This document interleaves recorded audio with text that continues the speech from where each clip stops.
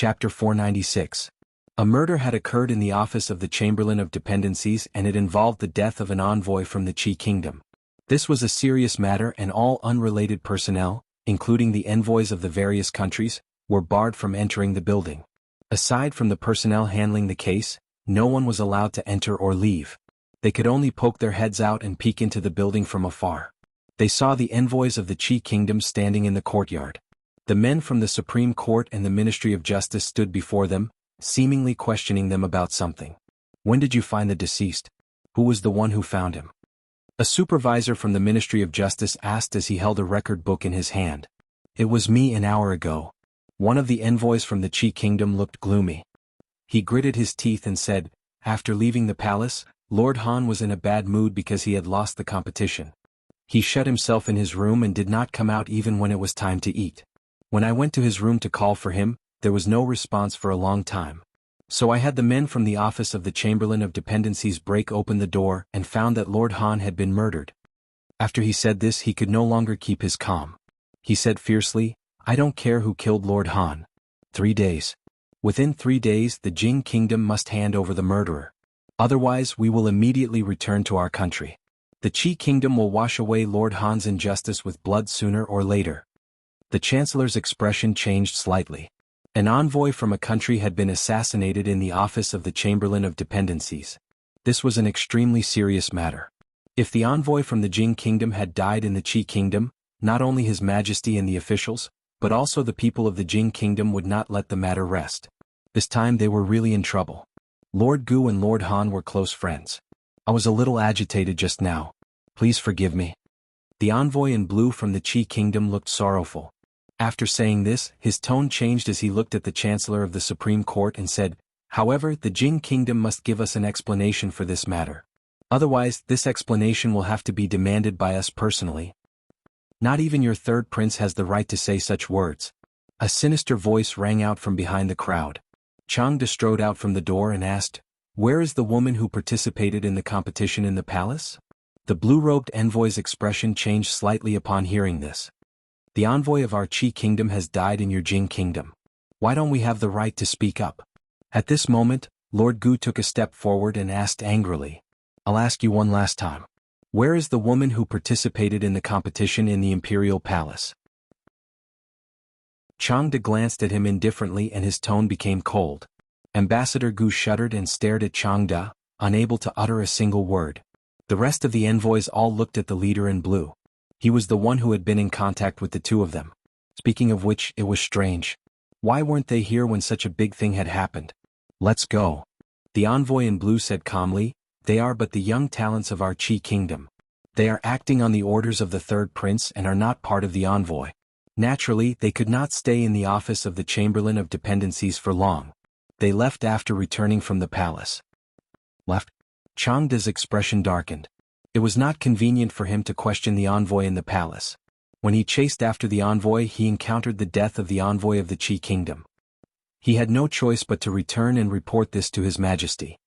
He did not expect that after a short delay, the unidentified Grandmaster had already left. Greetings, Seneschal Chang. A voice came from the side. Chang De turned his head and looked at the skinny young man who had just walked past. He nodded slightly. Even the Chancellor of the Supreme Court had not received such treatment. Did you discover anything? He asked the skinny young man. The young man smiled and said, let me ask them a few questions first.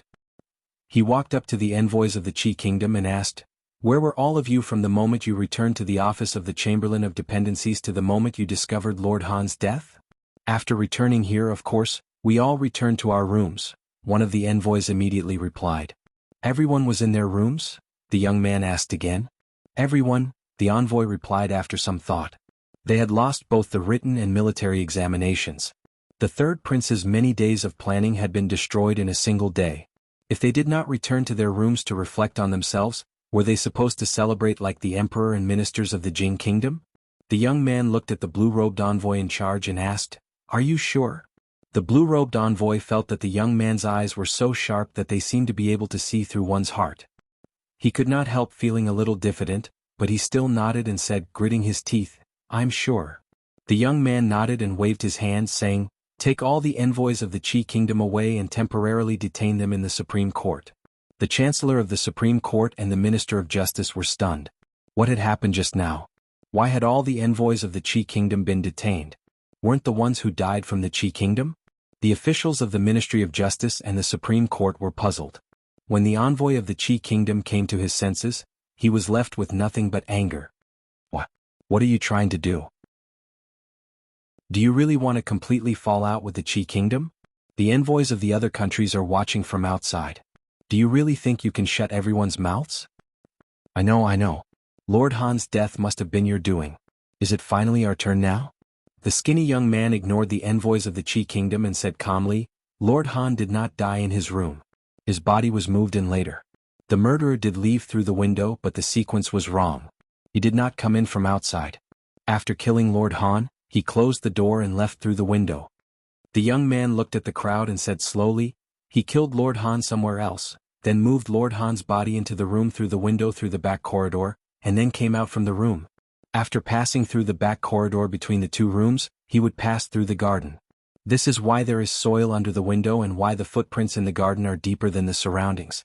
If all of you are in your own rooms, then it is obvious that one of you is the murderer who killed Lord Han. I will explain the specific details to all of you when we arrive at the Supreme Court. He waved his hand and said, take them all away. When the young man finished speaking, the expression of the envoy in blue finally changed slightly. The young man glanced at him and strode outside. Watching the men of the intelligence office take away all the envoys of the Qi kingdom, the Chancellor of the Supreme Court looked at the Minister of Justice speechlessly. Don't look at me, I don't know anything. The Minister of Justice shook his head and said, it's no wonder His Majesty would promote him so much. I've been handling cases all my life and I've never seen such a genius. This person was born to solve cases.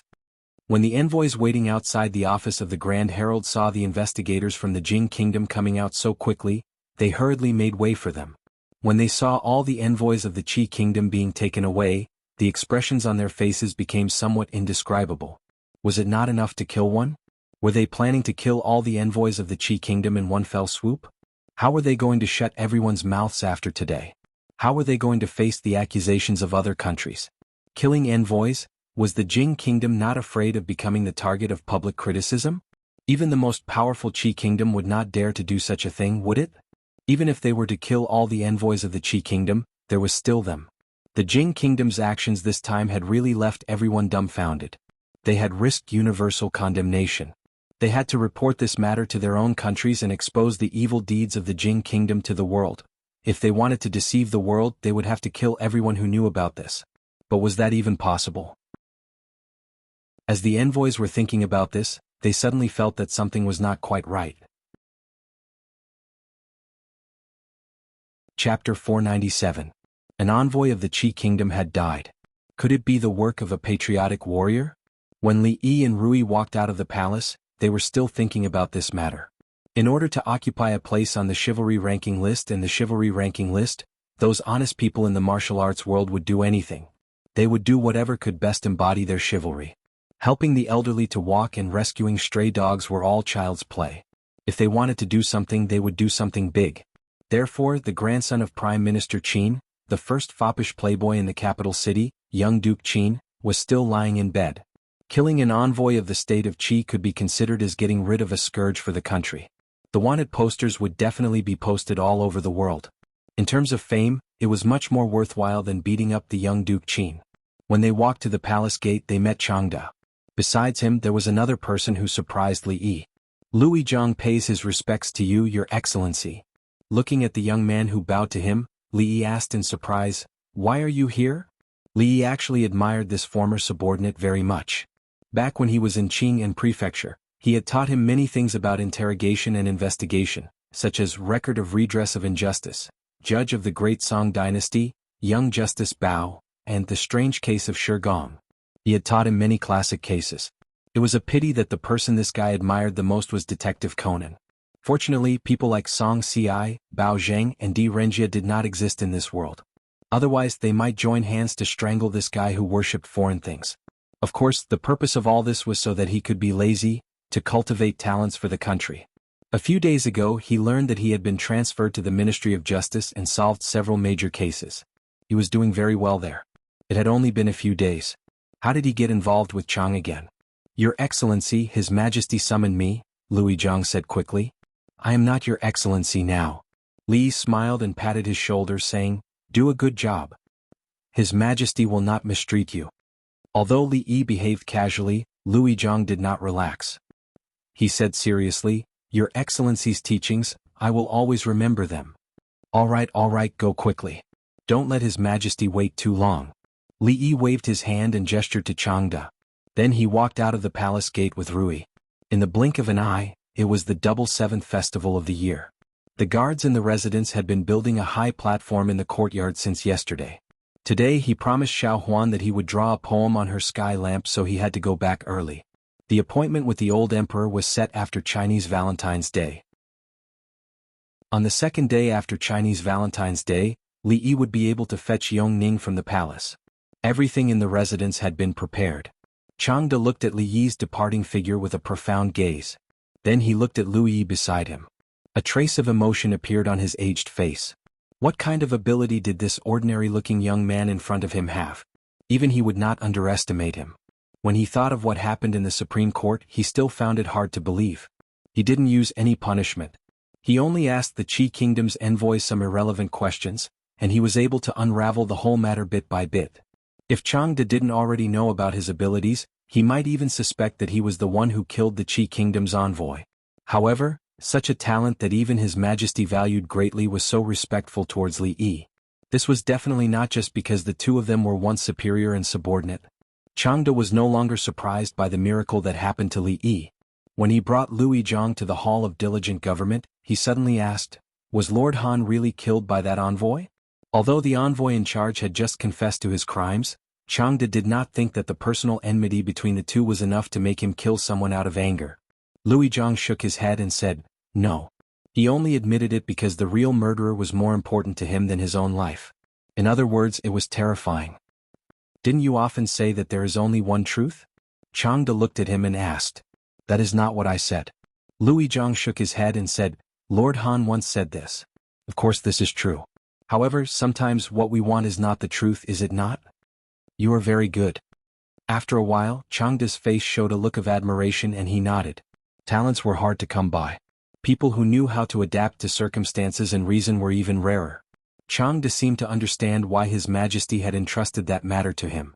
Some scenes appeared in Lui Zhang's mind and he said, it is all because Lord Li taught me well. 15 minutes? In the Hall of Diligent Government, Emperor Jing looked at the Chancellor and the Minister of Justice and confirmed again. Yes, Your Majesty. He only used 15 minutes, the Chancellor of the Supreme Court said helplessly. At this moment, he felt as if there were 10,000 horses galloping in his heart. Lui Zhang's brain must be different from ordinary people. Just now in the Supreme Court, he listened to him interrogating the envoy of the Qi Kingdom. As a dignified Chancellor of the Supreme Court, his inner shirt was soaked with sweat. The person who killed the envoy of the Qi Kingdom was actually another envoy? If this case was handed over to the Supreme Court, it would probably never be solved. Let the people of the Qi Kingdom handle this matter themselves. Emperor Jing waved his hand. Since it was an internal conflict between the envoy of the Qi Kingdom, it had nothing to do with the Jing Kingdom. He cared more about not carrying the bad reputation of assassinating the envoy of another kingdom.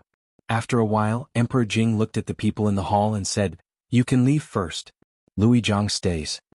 The Chancellor of the Supreme Court and the Minister of Justice walked out of the Hall of Diligent Government. Changde gave the eunuchs in the hall a look and they hurriedly left.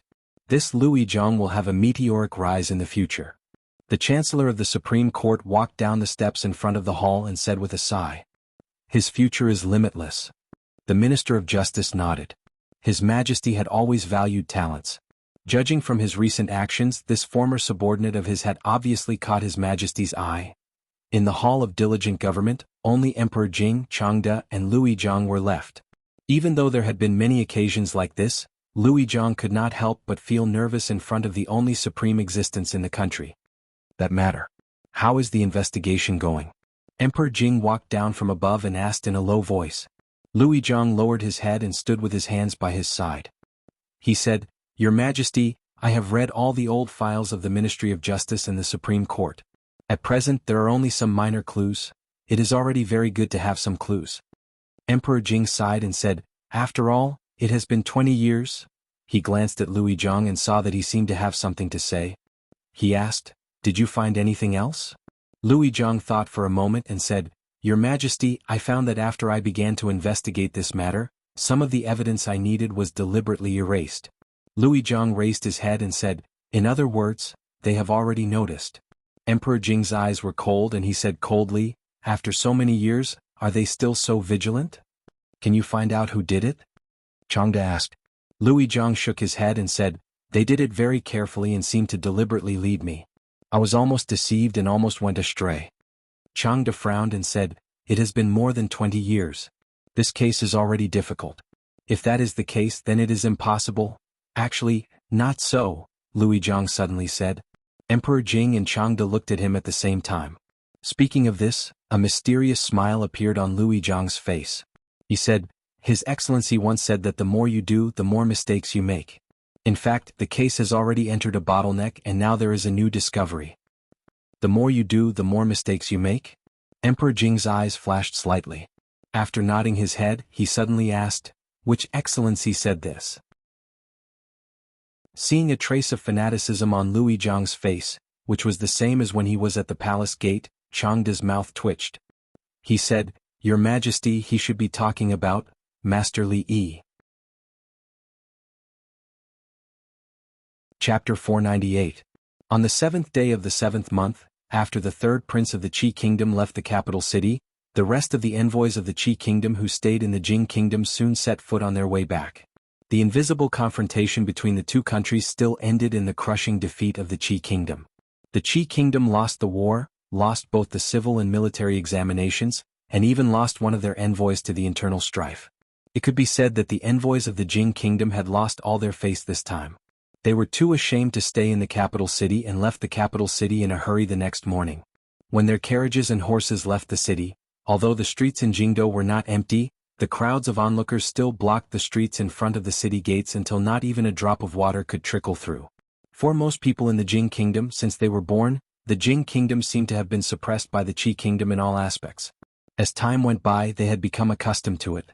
However, all this changed in the second year of Jinghe.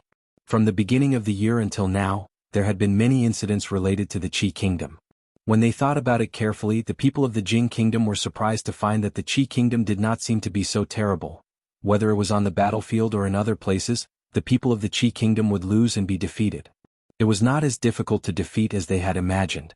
Under the dazzling light of the current emperor, the Jing kingdom seemed to have become unprecedentedly powerful. There was County Earl Li in the literary field, Crown Prince Li Xian in the military field, and Her Highness the eldest princess.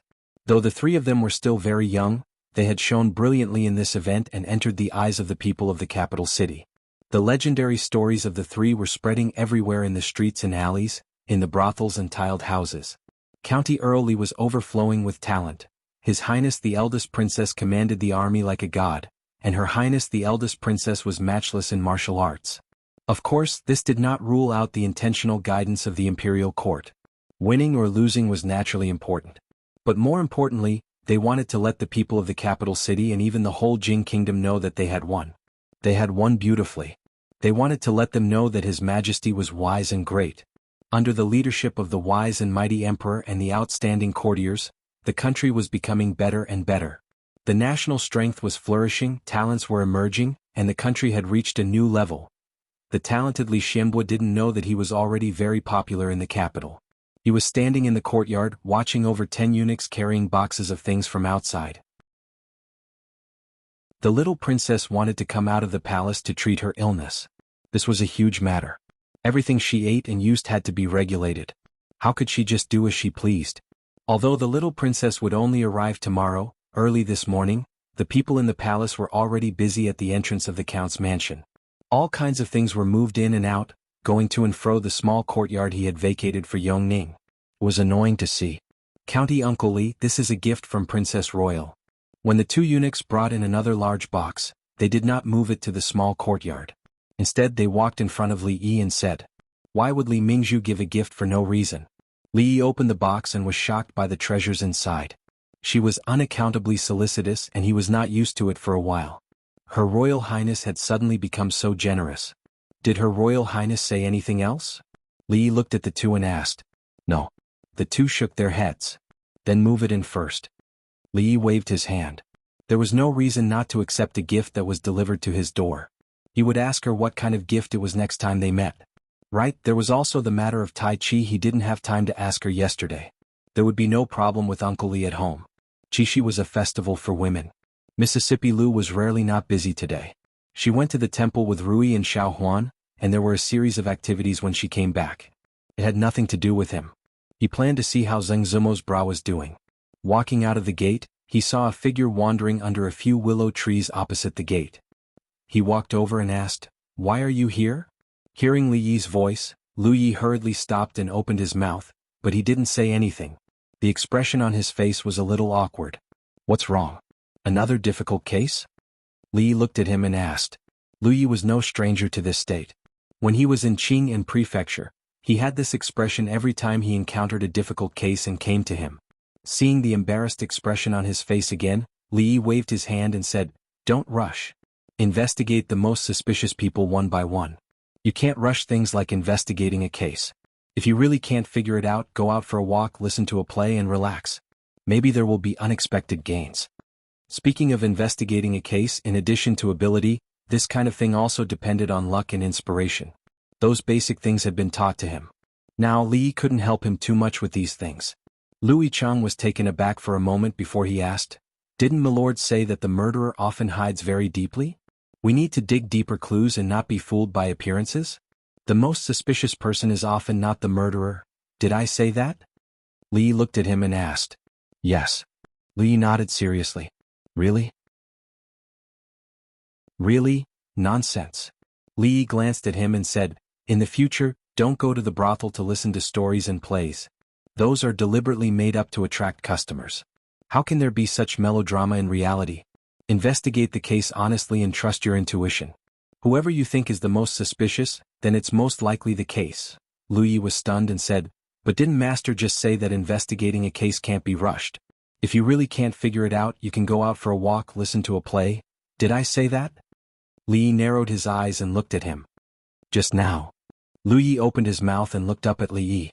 After a moment he smiled bitterly and said, "No, that's right." Li Yi nodded in satisfaction and patted his shoulder. He said, "The truth can't be hidden. You have to believe in yourself. I still have things to do, so I won't keep you any longer. I'm leaving." Lu Yi smiled bitterly as he watched Li Yi get on the carriage. When he turned his head again, there was a thoughtful expression on his face. Not long after, this trace of thinking turned into understanding. "Thank you, Master, for your guidance." He bowed towards the direction of the residence and turned to get on another carriage. A gray-clothed man lightly waved his whip and the carriage quickly disappeared. When Li Yi walked into the small courtyard, Xiao Chui and Xiao Zhu were climbing up and down a temporary colored building. They tied colorful ribbons to the wood and chattered about something. "Where's your young miss?" Li Yi stood under the colored building and asked. "Older sister Ruoqing has gone out. My young miss is painting in her room." Xiao Chui looked down and said, "We haven't finished our work yet. Li, you go find her yourself." Halfway through her sentence, she seemed to have thought of something and immediately closed her mouth. She hurriedly ran down the building and said, "Wait, I'll go tell the young miss." There were no accidents this time. When Li Yi walked into the room, Zheng Zimo was fully dressed and painting on the sky prayer lantern. Seeing Li Yi walk in, she didn't even look up and said, "What is it?" "Speak." "About the bra, have you thought about it?" Li Yi didn't mind her attitude and walked over. Perverted." Zheng Zimo blushed and glanced at Xiao Chui. Seeing that she was still confused, she said, "Wait a moment, I'll finish painting these sky prayer lanterns first. There's still a long time before nightfall, what's the rush?" Li Yi planned to go to the brothel later and said, "There's still time to paint later." Xiao Chui, who was standing behind him, pouted and said, "The cowherd and the weaver maid can only meet once a year, and it's finally the double seventh festival. Young Master Li, please wait a little longer. Miss will finish her painting very soon." The sky prayer lantern is very important, and if it's delayed, the weaver maid will not bless her. She originally wanted to say that if she delayed, the weaver maiden wouldn't bless her to find Langjun Rui. Halfway through her words, she realized that it wasn't appropriate to say these things to Li Yi. She immediately shut her mouth and blushed. "What do you mean by once a year?" Li Yi shook his head and looked at her. A day in heaven is a year on earth. July is a whole month, but it's only a little while in heaven. The weaver maiden sees the cowherd every day. Maybe she's already tired of seeing him. Why would she be in the mood to bless you? A day in heaven is a year on earth. After hearing Li Yi's words, Xiao Chui's expression froze. The old people in the brothel often said this. She blinked her eyes and thought about it. She realized that what Li said seemed to be very reasonable. She suddenly felt discouraged. She didn't look forward to the Chinese Valentine's Day that she had been looking forward to for so long. Chapter 499. Seeing Xiao Chui leave with a depressed expression, it wouldn't be long before Xiao Zhu found out that the weaver girl had lunch with the cowherd every day and that it wasn't just once a year. Zheng Zimo looked up at Li Yi and said, "Xiao Chui, you lied to her too. She's been talking about Chinese Valentine's Day since last month. The outside world is cruel. Little girls like Xiao Chui have been living in a greenhouse and are easily deceived by these beautiful things. There's no harm in letting them feel the cruelty of reality in advance." Li Yi glanced at her and said, "This is what a prostitute like you should do. I'm just helping you. You don't have to thank me. There are a few pretty good newcomers in the brothel. You can try your best to promote them. I want to try that new bra." Zheng Zimo glanced at him and put down the brush in her hand. "No problem." Li Yi was waiting for her to say this and said, "If you need money or manpower, just let me know. If Miss Ruoqing can't solve it, she can come to me." Rui Workshop, Perfume Workshop, Ice Making Workshop, and a series of shops under the brothel's name actually had a very large daily income. However, the brothel needed to operate, expand, and have enough money for Mississippi Lu to create the hero ranking. Including the hero conference that would be held in 2 months, they needed a lot of money. At present, they needed to occupy more markets and establish the first high-end lingerie brand in Jing Kingdom. It was necessary to make a lot of money before others discovered the business opportunities in this area. Also, Zheng Zimo's face was slightly red. She said hesitantly, "I've designed a few new styles these days. Take a look. Then hurry up and take them out." Li Yi looked at her. He was in a hurry. Zheng Zimo glared at him and took out a few drawings from a small box. She placed them on the table and sat on the edge of the bed, no longer looking at them. Li Yi flipped through it a few times and frowned. Although Zheng Zimo's drawing skills were excellent, the design of these bras was a bit conservative. Seeing him frown, a look of disappointment appeared on Zheng Zimo's face. For these things she had only slept for 2 hours last night, but she was still rejected, so she was naturally disappointed. "I'll draw a few for you to see." Li Yi picked up the pen and quickly flipped through the thick bra illustrated handbook in his mind. He opened the copy in paste mode. "Okay, take a look at these." Time was limited, so Li Yi only drew a few pieces. He walked over and handed the paper to her. Zheng Zimo took it and stared at it for a moment. Her face immediately turned from red to red. She crumpled the papers into a ball and said angrily, "Shameless." Li Yi shook his head. When he walked out of Zheng Zimo's room, he was still a little indignant. How could it be shameless? Future experience tells us that the less fabric used in underwear, the more valuable it is. Although this woman was beautiful, she didn't have the slightest advanced business sense. Li Yi had some doubts.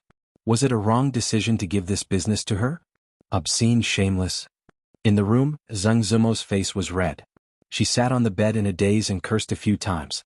She spread out the paper that she had crumpled. Thinking about how she would wear the bra drawn on the paper, she couldn't help but blush even more. Oldman's son was born to work in the brothel.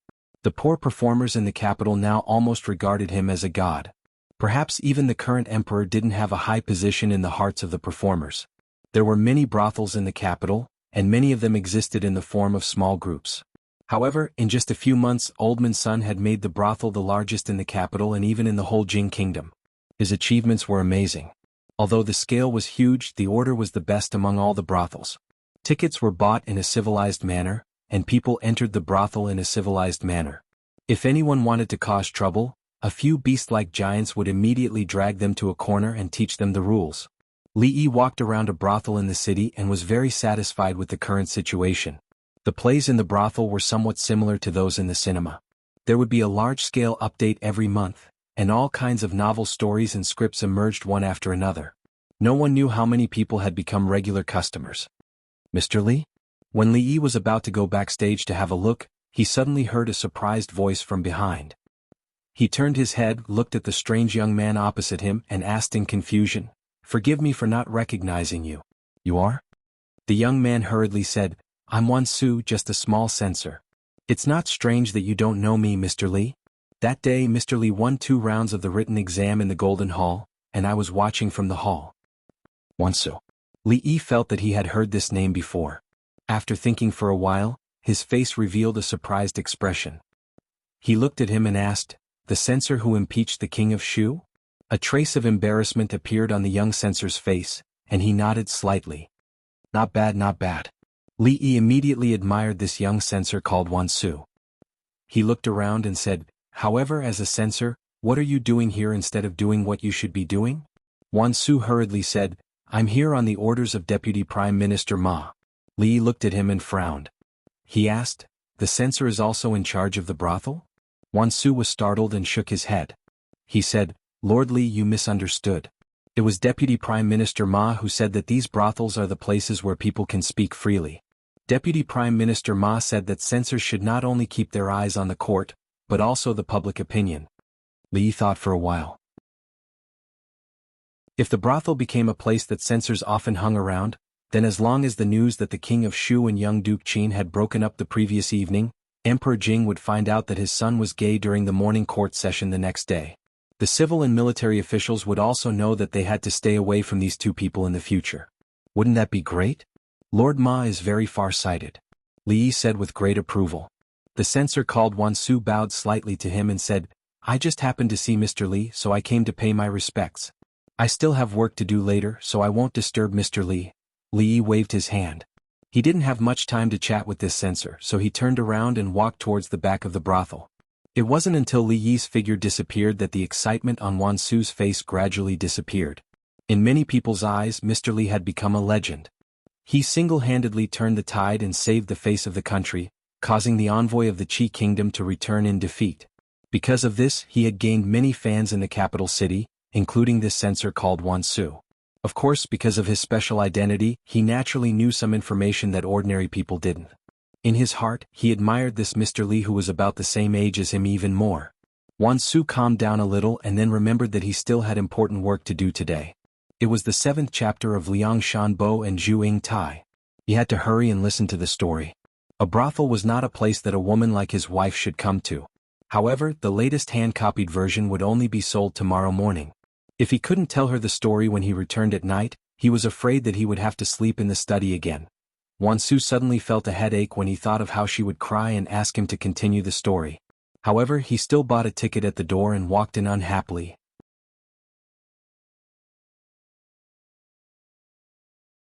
Chapter 500. Nowadays there are more and more customers who like to come to the brothel to listen to the opera. The old place is a bit small. I plan to rent the surrounding land as well. This way each place can be expanded by 50%. Otherwise, I'm afraid it won't be long before it can't accommodate so many customers. As they walked into the brothel again, Ruoqing pointed at the neatly arranged tents and said to Li Yi. Li Yi nodded and said, you can make the decision on these matters. If you want to rent more land, I'm afraid you'll have to go through the government. I'll let County Magistrate Lu know. As soon as he finished speaking, a strange sound came from beside him. Li Yi turned to look at her and asked, you haven't eaten? Ruoqing blushed slightly and said, I ate a little this morning. Li Yi raised his head and looked at the sky. The sun was about to set. He frowned and said, no matter how busy you are, you can't skip meals. There are many things that you don't need to do by yourself. Just leave it to the people below. Let's go out and eat something. Ruoqing shook her head and said, no need. The brothel is about to close today.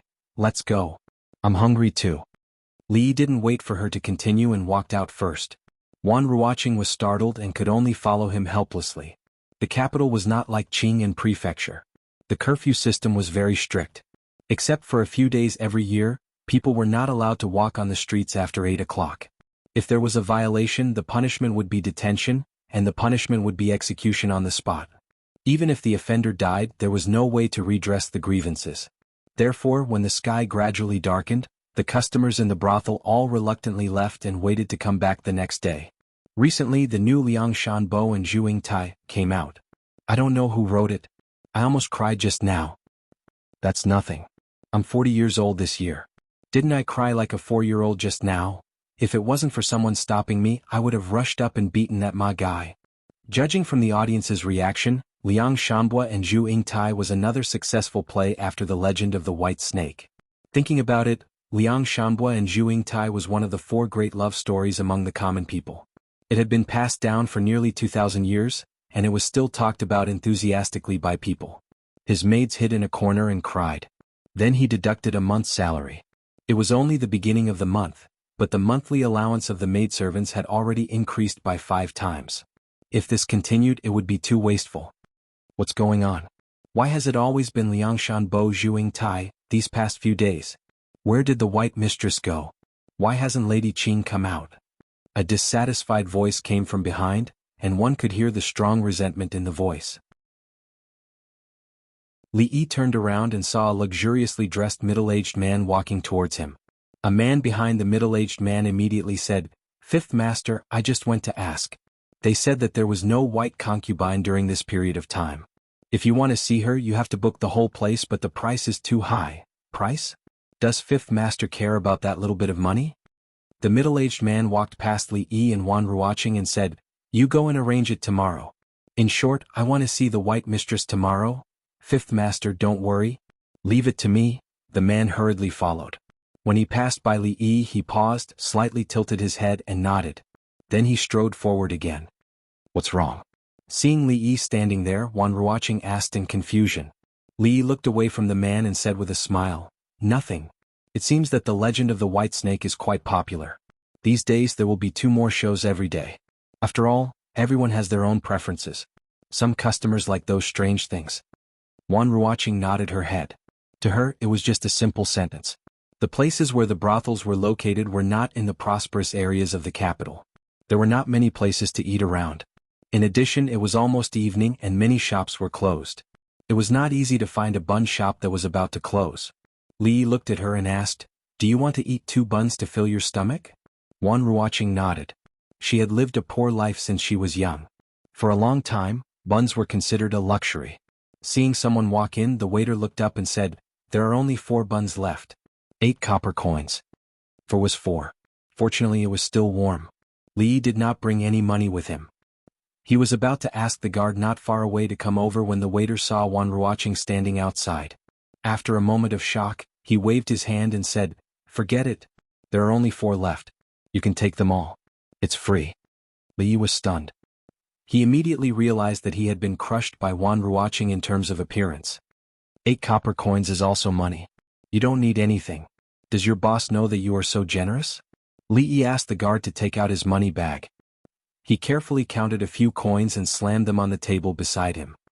He glared at the waiter and said coldly, "Do you think I need 8 copper coins?" The waiter stood there in a daze. He looked at the copper coins on the table and then at the strange customer who had disappeared. He muttered, "2 copper coins are missing." The buns were not big. Li Yi quickly finished one. Wan Ruoqing only took 2 small bites of the bun in her hand. Recalling the scene that had just happened in the bun shop, the corners of her mouth curled into a slight smile. After finishing the second bun, Li Yi turned his head and asked, "You should know about the martial arts circle conference, right?" Wan Ruoqing nodded and said, "I've already asked them to spread the news. The other prefectures have also sent fast horses to spread the news. The people going to Qing and prefecture are going by water. They will arrive tomorrow. They will only need a month to spread the news." Mississippi Lou's sighed and the brothel complimented each other. The chivalry ranking needed the help of the brothel to spread the news. They would also send people to help maintain the security of the brothel. The people in the martial arts circle were more active than them in the matter of the martial arts circle conference. The purpose of the brothel was to spread the news among the common people. The sky grew darker. Li Yi looked at her and said, "It's getting late. Leave the brothel to them. I'll take you home." Wan Ruoqing nodded and handed the last bun in her hand to him. She said, "There's still 1 bun left. I can't eat it. Do you want to eat it?" Seeing Li Yi shake his head, Wan Ruoqing looked around. She suddenly took a few quick steps to the side and placed the bun in a beggar's bowl in the corner. "Let's go." She walked over and said to Li Yi with a smile. At a certain moment, a figure in ragged clothes curled up in the corner of the wall suddenly trembled. He took a few deep breaths and saw the bun in the bowl in front of him. His breathing immediately became hurried. He immediately picked up the bun and took a big bite. To him, who hadn't eaten anything for 3 days, a bun that could save his life had an extraordinary meaning. He raised his head and only saw the side of the woman's face reflected in the sunset. His hand paused and the bun fell to the ground. Heavenly Empress. Li Yi and Wan Ruoqing's figures gradually faded away. A guard following behind them saw the beggar suddenly kneel on the ground and crazily kowtow in a certain direction. He muttered, "It's just a bun, is there a need to do this?" He shook his head and walked forward several steps. Then he looked back and sighed. He slowly walked over and took out a piece of silver from his waist and placed it in the broken bowl in front of the beggar. After an unknown period of time, the beggar's forehead was dripping with blood. He finally stopped and picked up the dirty bun. He looked in the direction that the Heavenly Empress had left in, his face full of sincerity. After a long time, he looked away from the distance and inadvertently glanced at the broken bowl in front of him. The bun in his hand fell to the ground once more. "Thank you, Heavenly Empress. Thank you, Heavenly Empress. Thank you, Heavenly Empress." Around them people walked out of their houses. They looked at the beggar in the corner and sighed as they shook their heads. "This beggar, I'm afraid he's gone crazy. I think he's already been lying there for 3 days. He's quite pitiful. Give him something to eat. If he really died here it would be troublesome."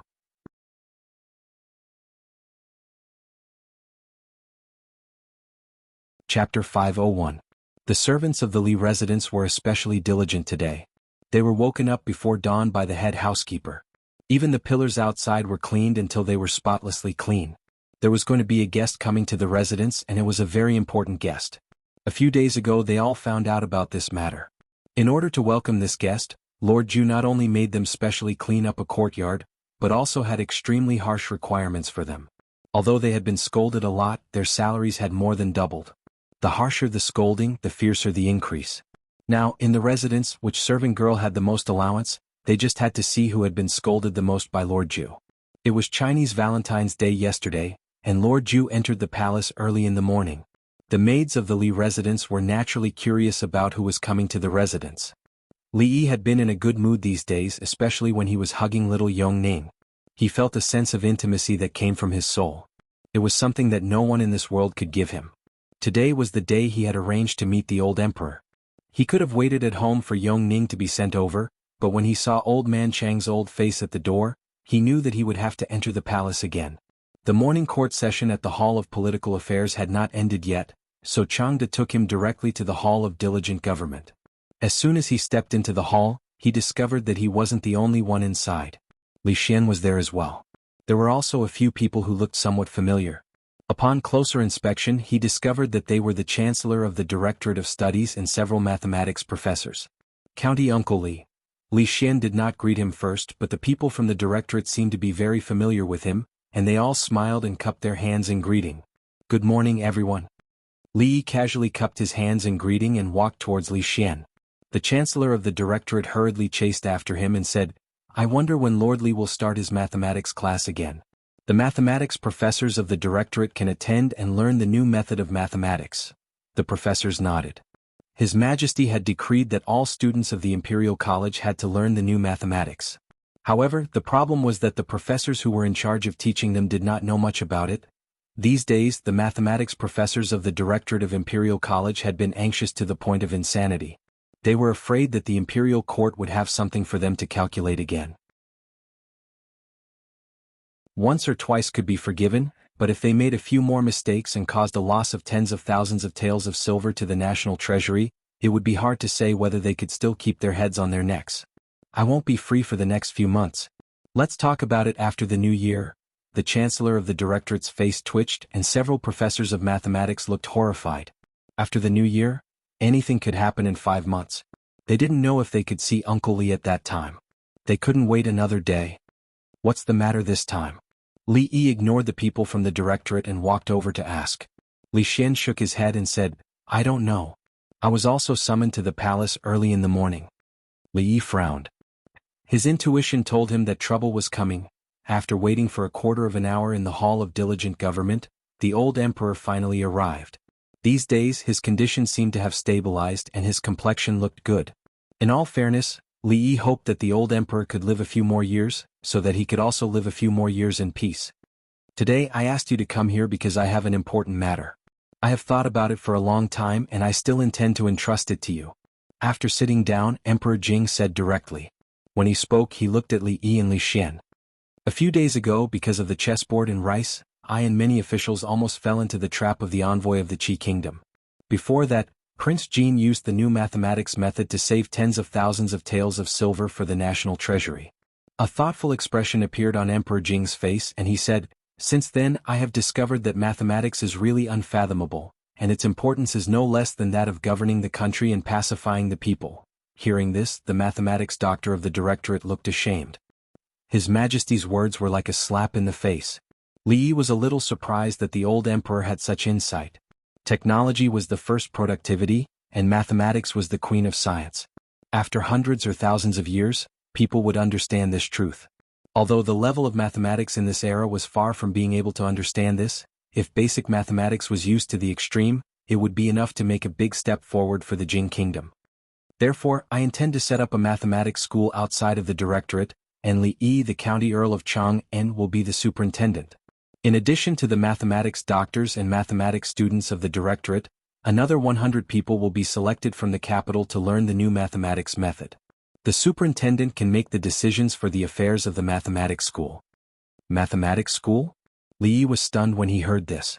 No way. Was it going to be so big this time? In addition to the mathematics school, an academy of sciences will be set up independently of the Ministry of Works. Emperor Jing glanced at Li Xian and thought of the things he called science. He said, "Superintendent Li Xian, regarding the two academies, I will let the Ministry of Works quickly supervise the construction." Li Xian's face showed a surprised expression. A few days ago he had gathered all the things that the people had come up with, but he had not received any response. He thought that Uncle Huang had long forgotten about it. At this moment he was a little surprised. The superintendent of the Academy of Sciences was much more interesting than the supervisor of Jianghu province. Didn't it mean that in the future he could work on those things justifiably? Although Emperor Jing's words were very good and very right, the establishment of the mathematics school and the Academy of Sciences was a magnificent feat in the Jing kingdom. If the mathematics school was incorporated into the Academy of Sciences, and the Academy of Agriculture, Army, Medicine and Life Science were added to the Academy of Sciences, this great emperor would definitely be remembered in history. For an ancient person it was very rare to be able to do this, but he really didn't want to be a superintendent. Wouldn't it be exhausting for a single person to teach so many students? He had to recruit more teachers. The Imperial College's mathematics professors were not bad. It was just that their rigid way of thinking had not been reversed. It wouldn't be a problem for them to give a few pointers. There was also Prince Jin. Although he was young, it was not a problem. This boy was born to do mathematics, so he couldn't let him go. If he didn't have a cheating device, he might be crushed by him. Master Li, this is the list of the students of the mathematics school. Changde handed a long memorial to Li Yi, and even the way he addressed him changed. The list was drawn up. It seemed that Emperor Jing had never thought about asking for his consent. Didn't he say that he would not force him? Didn't he say that the emperor would not go back on his words? The memorial was as long as his arm, and it was densely filled with names. After Li Yi glanced at it, he frowned slightly. "Your Majesty, this list. I'm afraid it's not possible." "Why not?" Emperor Jing looked at him doubtfully. Most of these people were selected from the families of the powerful and officials. If he didn't insist on recruiting 30% of the students from poor families, he was afraid that these 100 places would be occupied by them. Anyone could see that the imperial court attached great importance to the mathematics school. This meant that it was almost a blessed place for promotion. Whether it was a noble or a courtier who didn't want to place their own people there. "I forgot to bring a small notebook." Li Yi touched his waist sleeve and said with some depression. "What?" The doubt on Emperor Jing's face was even stronger. "Nothing." Li Yi raised his head and said with a serious face, "Your Majesty, you may not know that mathematics is the same as writing poetry and playing chess. It is also about talent. Talented people can master extremely profound knowledge in a short period of time, just like Prince Jin. However, there are also some people who don't have talent in mathematics. No matter how hard they work, they won't achieve much in their lifetime." Emperor Jing nodded. Although he didn't know much about the new mathematics, what Li Yi said just now was true everywhere. Every path was about talent. Old General Shui couldn't write beautiful essays, and Prime Minister Qin couldn't lead troops to war. However, in fact, when they were young there was no difference in the education they received. It was nothing more than a matter of talent. That makes sense. In your opinion, how should the students of the mathematics school be selected? Emperor Jing agreed with Li Yi's opinion and looked at him and asked. Li Yi smiled and said, "This is simple.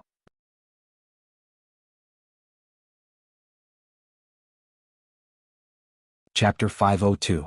Your Majesty, take a look. This Qin Lisan has the word sen in his name. He must be lacking wood in the 5 elements. Generally speaking, people who lack wood in the 5 elements are not good at mathematics. Also, this Qin Feng crazy Qin. Why does a lunatic want to learn mathematics? This name is inauspicious. He is not suitable to enter my mathematics college. Also, this Chui Shixin likes the new and hates the old. My mathematics college will naturally not accept such a person with bad conduct. And this Li Jianren? What kind of mess is this? What kind of place do you think our mathematical college is?" Unexpectedly, he forgot to bring his notebook. Li Yi finally found it in the corner of the library and thought that he must put it in a conspicuous place next time.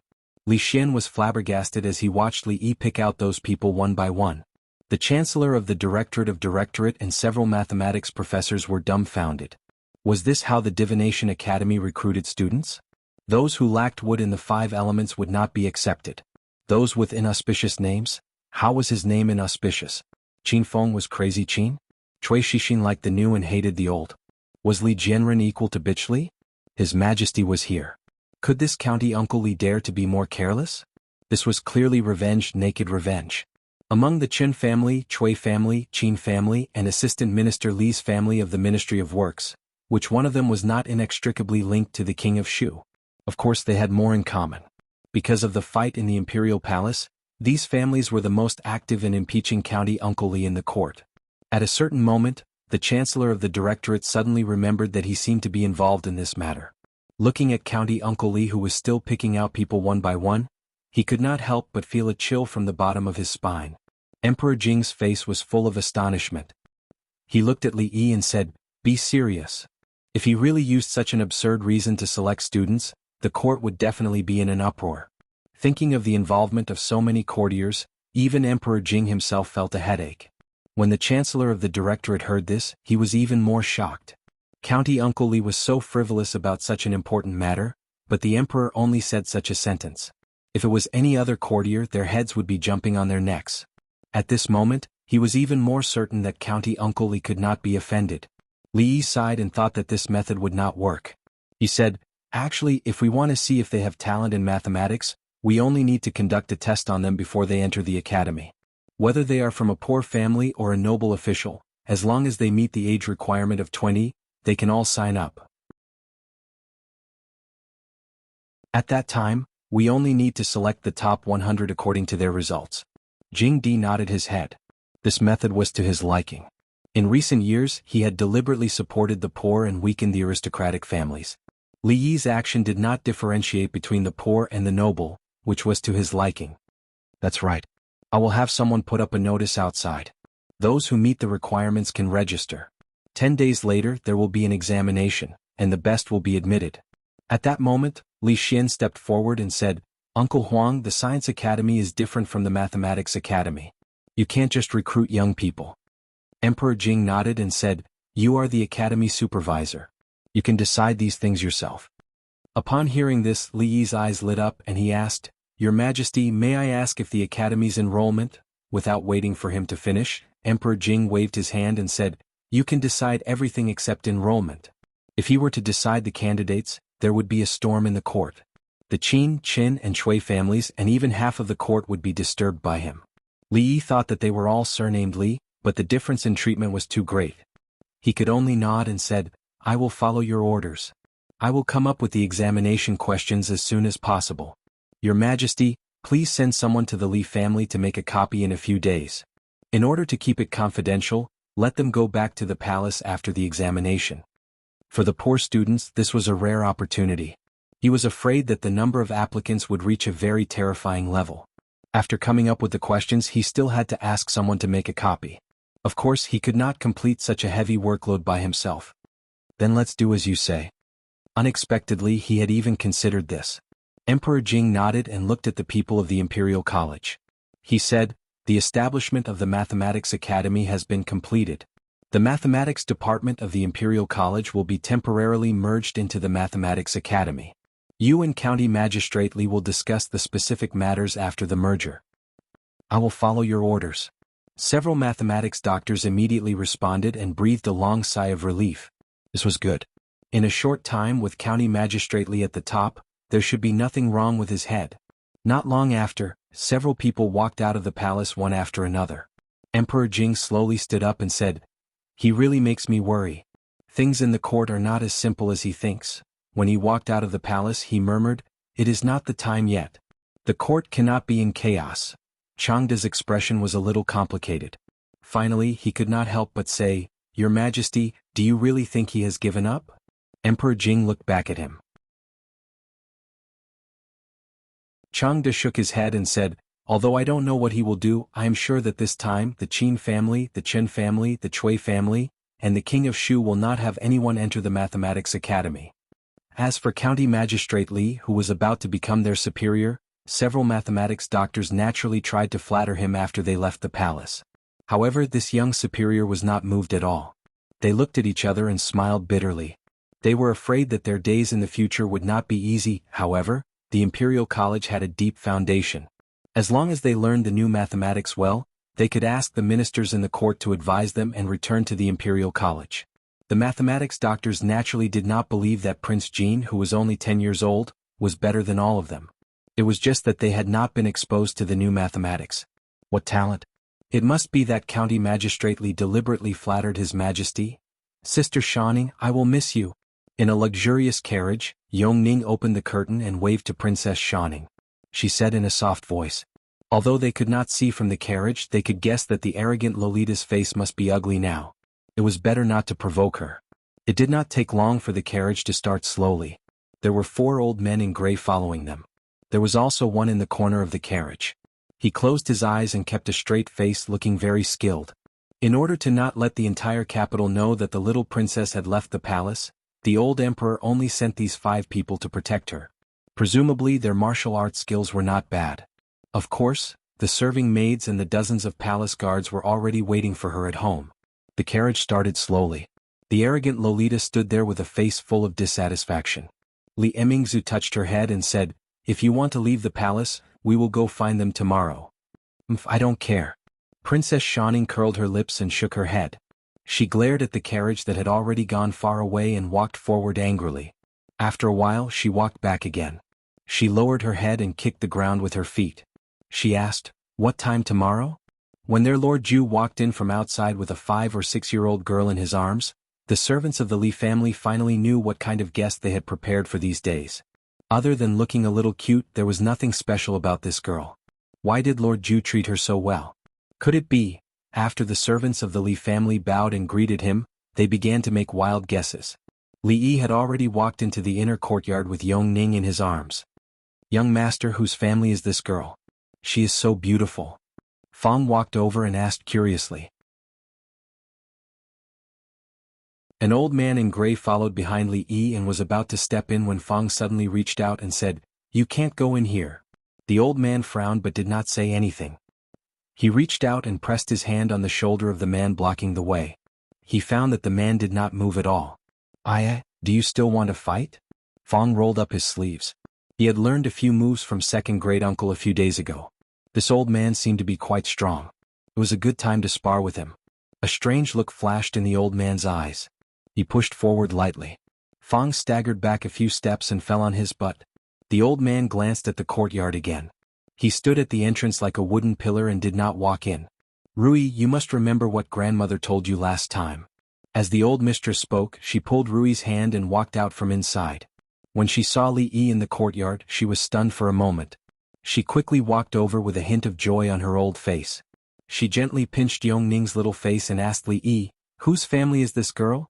She is so beautiful." Li Yi touched his nose and said, "Her Majesty's family."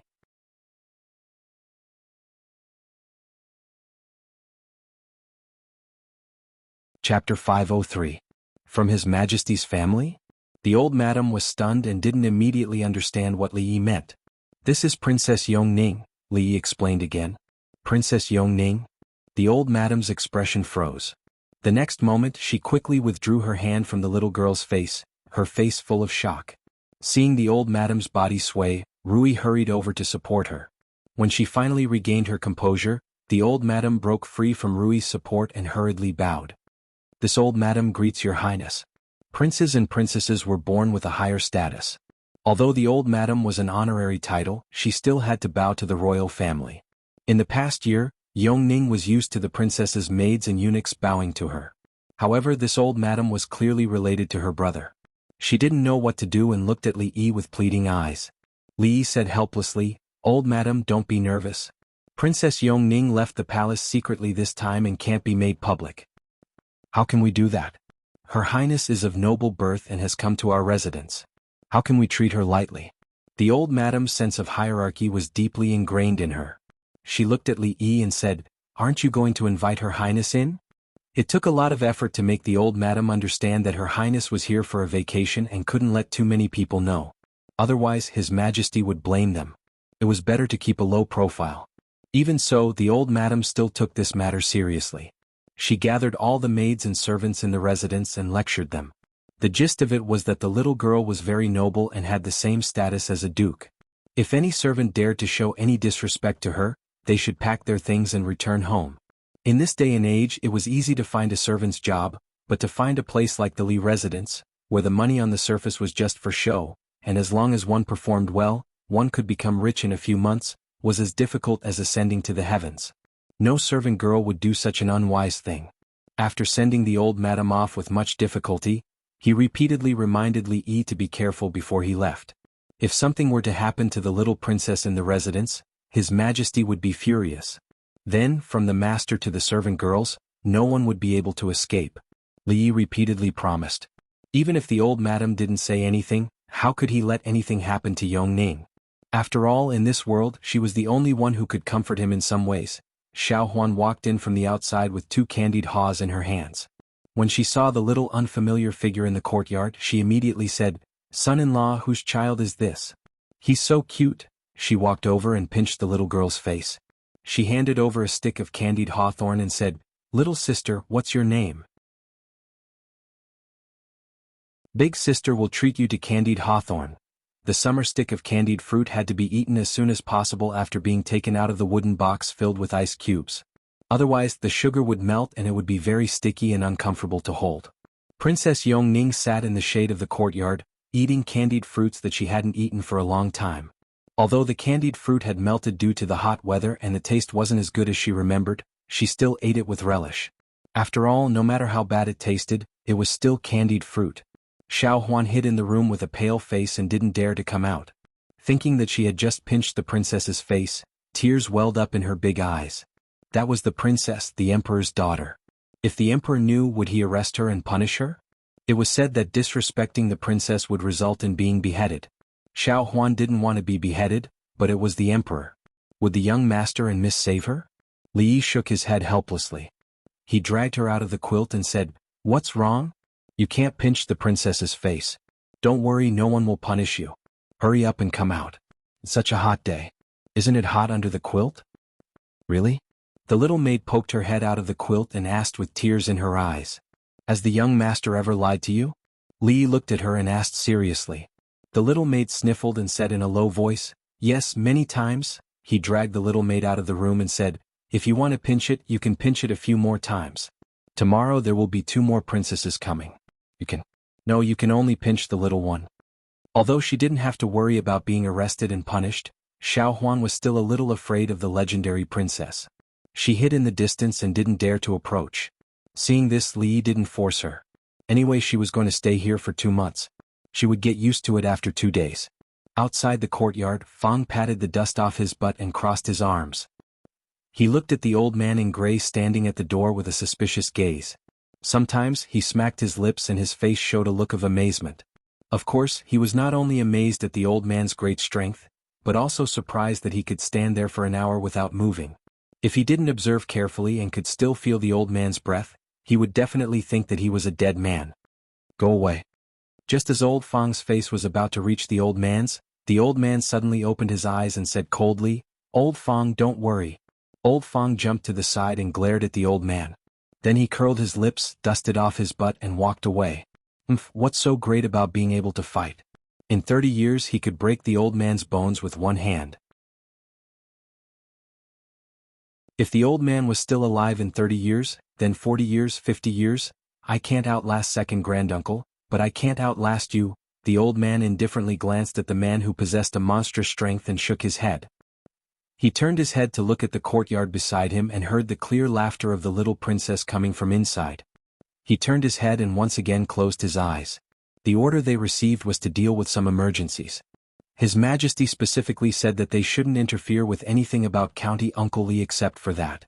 In the clean courtyard, there was a swing hanging from a huge tree that could cover half of the courtyard. At this time the sun was about to set. Li Yi pushed Yongning, who was sitting on the swing. He had become more and more accustomed to her smile, and his heart was inexplicably relaxed. "What did the old madam say to you just now?" Li Yi turned his head and asked her. "No, nothing." Rui blushed slightly and said immediately as if she thought of something. "My husband likes children very much." She stood beside Li Yi and saw the genuine smile on his face. She could clearly feel his mood. It was a happiness that she had never seen before.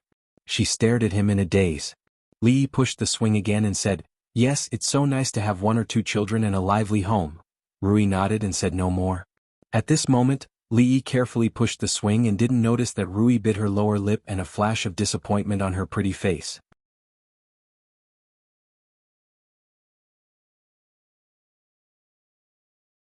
Chapter 504.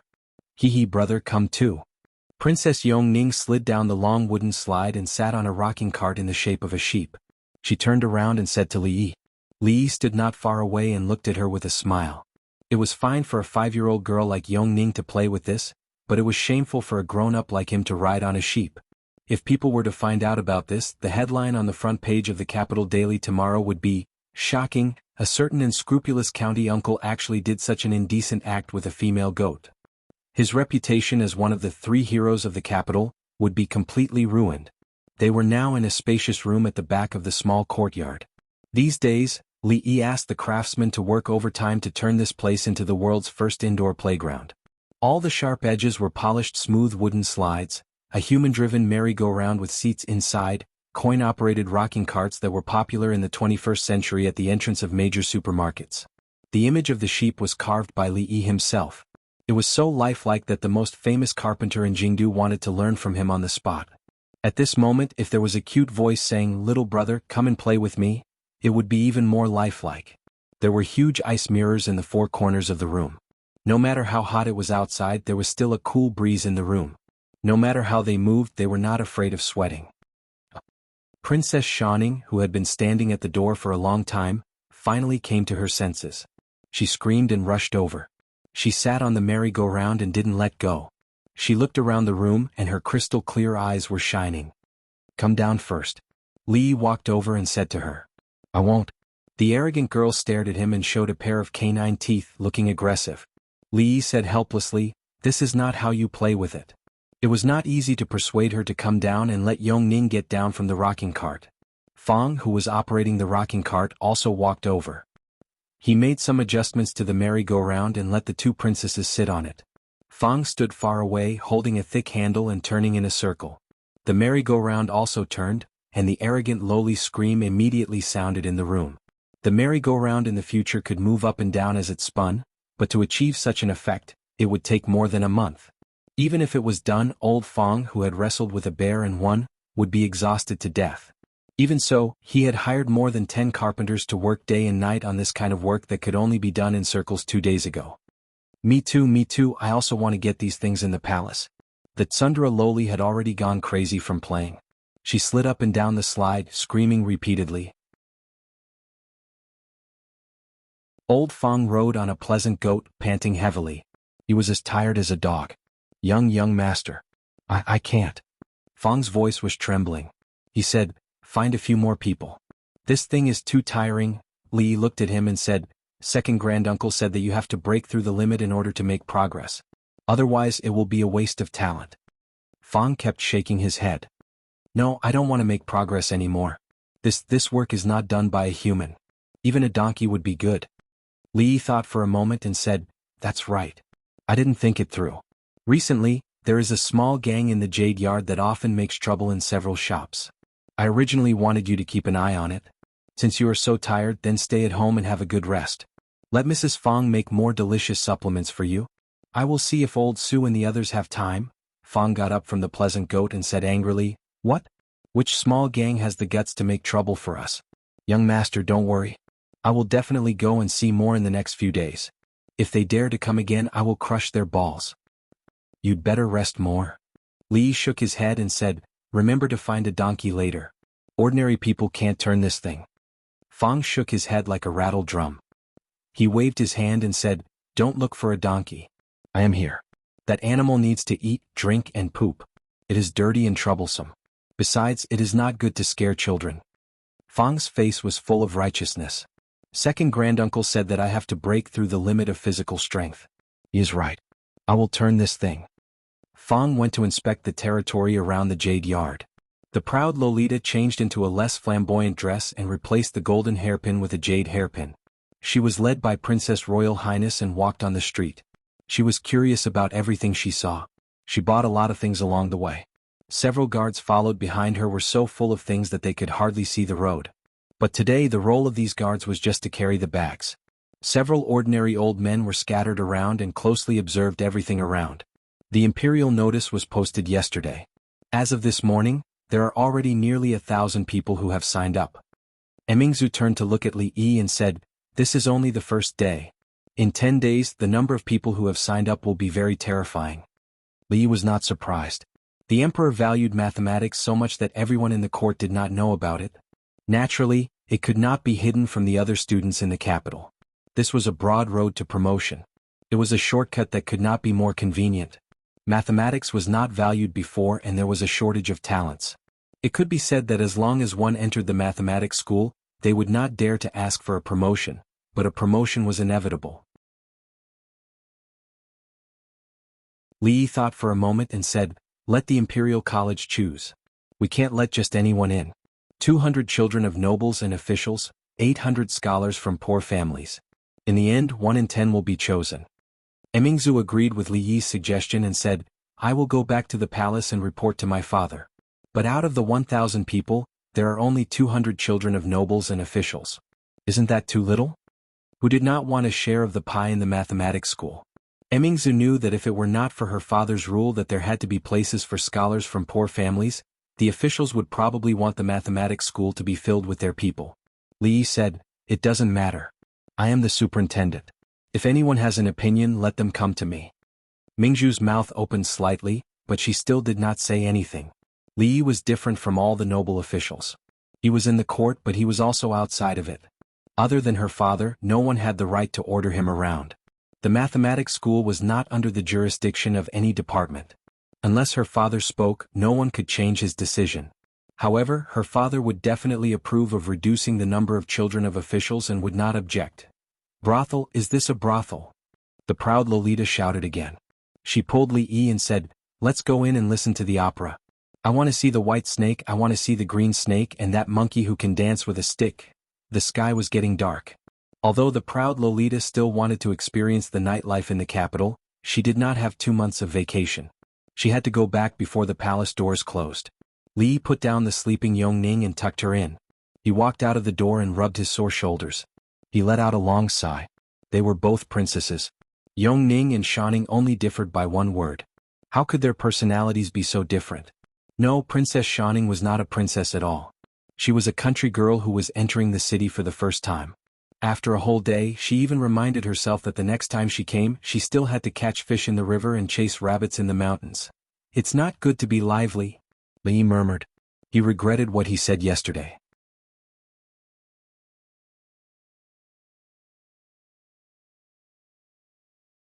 Chapter 505. Contrary to Li Yi's expectations, Xiao Huan only used 7 days to completely become one with the 2 princesses. She didn't even need half a month or even a month.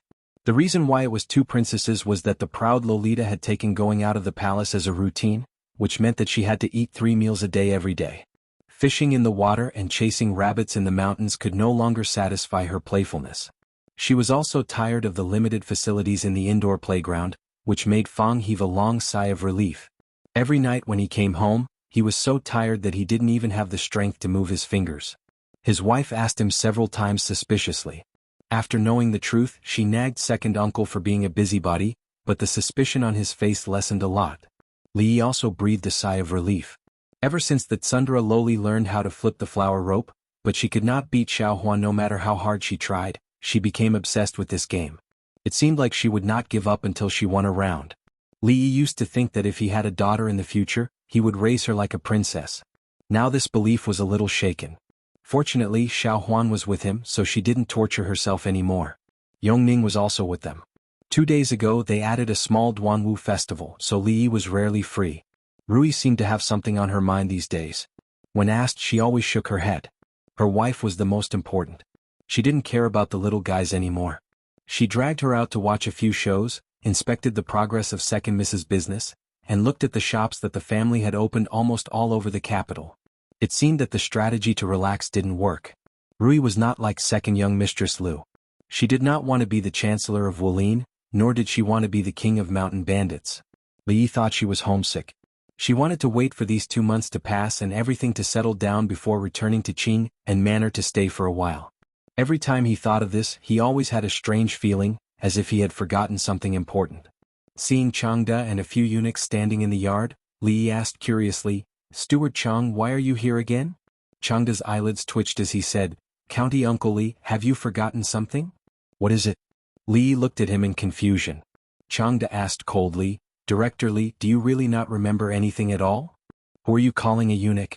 Li looked at him angrily. When did this old fellow become so insidious? Changda's robes fluttered even though there was no wind. He was somewhat unable to suppress the jinqi in his body. After a long time, he took a deep breath and said slowly, 2 days later, the Imperial College has finished selecting the 200 children of officials and 800 students from poor families to participate in the examination. Has Uncle Li thought about the questions for the examination? Oh, so it's about this matter. Li Yi waved his hand and said, "Just think about how important the Academy's enrollment is. How can it be decided so easily? These days I've been meditating day and night, working my heart out." "So, you already have the questions?" Changda looked at him and asked. "No." Li Yi shook his head. "Chang, did you bring the list of 200 people?" Li Yi sat at the table and casually asked Changda. "If you use that kind of reason to fool His Majesty again, I won't be able to protect you." Changda took out a booklet from his sleeve and placed it on the table. He looked at Li Yi and said lightly, "His Majesty went against the majority's opinion and decided on the list of 800 scholars from poor families. It was already very difficult. There can't be any more mistakes in this matter." "How can that be?" Li Yi shook his head and said, "We can't be superstitious. We have to believe in science." "Oh, right, you followed His Majesty for so many years, you must be very familiar with the officials and nobles in the capital, right? Come, Chief Chang, can I trouble you to introduce them to me? Which family do these people belong to?" Although there were some records in the small notebook, the vast majority of these 200 people were unfamiliar names. A small notebook alone was not enough. Chang looked at him and very irresponsibly left. Li Yi did not get the results he wanted, but it was not important. He looked at the eunuchs who stayed behind to copy the papers and waved to them. "You guys, come over." Although these eunuchs were all in the palace, they were not unfamiliar with the matters of the court. They were even more familiar with the names in the booklet. After more than an hour, the booklet that Changda brought over was densely marked by Li Yi. In fact, Chang did not have to worry about the questions at all. Li Yi was lacking in everything but questions. The 6th grade mathematics workbook. Is this level too difficult for them? Forget it, I'll just choose the 3rd grade's workbook. 15 minutes later, yes, done. Which shelf was the advanced mathematics workbook I saw last time? Isn't it too easy to ask for the limit? Forget it, I don't want the triple points. Just 1 double point is not too much, right? There was no shortage of news in the capital. Even the competition between the 2 countries that had attracted everyone's attention had died down in a few days. Almost no one mentioned it. Other than the gossip about a certain assistant minister and a certain brothel girl, the hottest topic in recent days was the emperor's decision to open a new calculation school outside of the Imperial College. opening the door for students from poor families. As long as one could pass the entrance examination, they would become a real student of the School of Mathematics. Their status would be the same as the students of the Imperial College. In terms of future prospects, entering the School of Mathematics would be much more promising than entering the Imperial College. After all, people who were proficient in mathematics were scarce nowadays. The students had studied hard for more than 10 years, all for the sake of one day being able to obtain an official position and bring honor to their ancestors. Now that there was a shortcut in front of them, how could they not be excited and infatuated? The students who had passed the first round of screening were extremely excited and actively prepared for the upcoming final examination. Those who did not pass the first round were beating their chests and stamping their feet in regret. Any scholar would more or less come into contact with mathematics. However, everyone valued it differently. Mathematics had always been neglected, and no one was willing to waste time and effort to study it.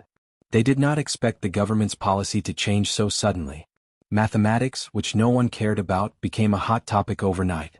It really caught them off guard. Of course, the children of the officials did not have such worries.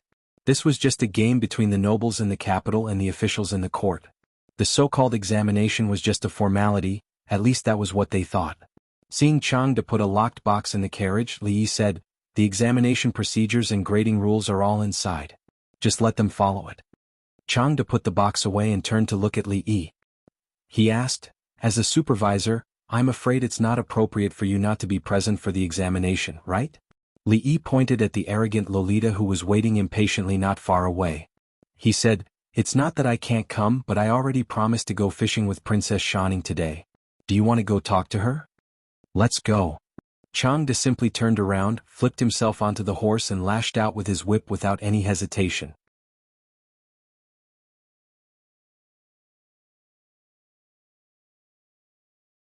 Chapter 506. Who didn't want to reach the top in a single step? There were many students who wanted to enter the mathematics school.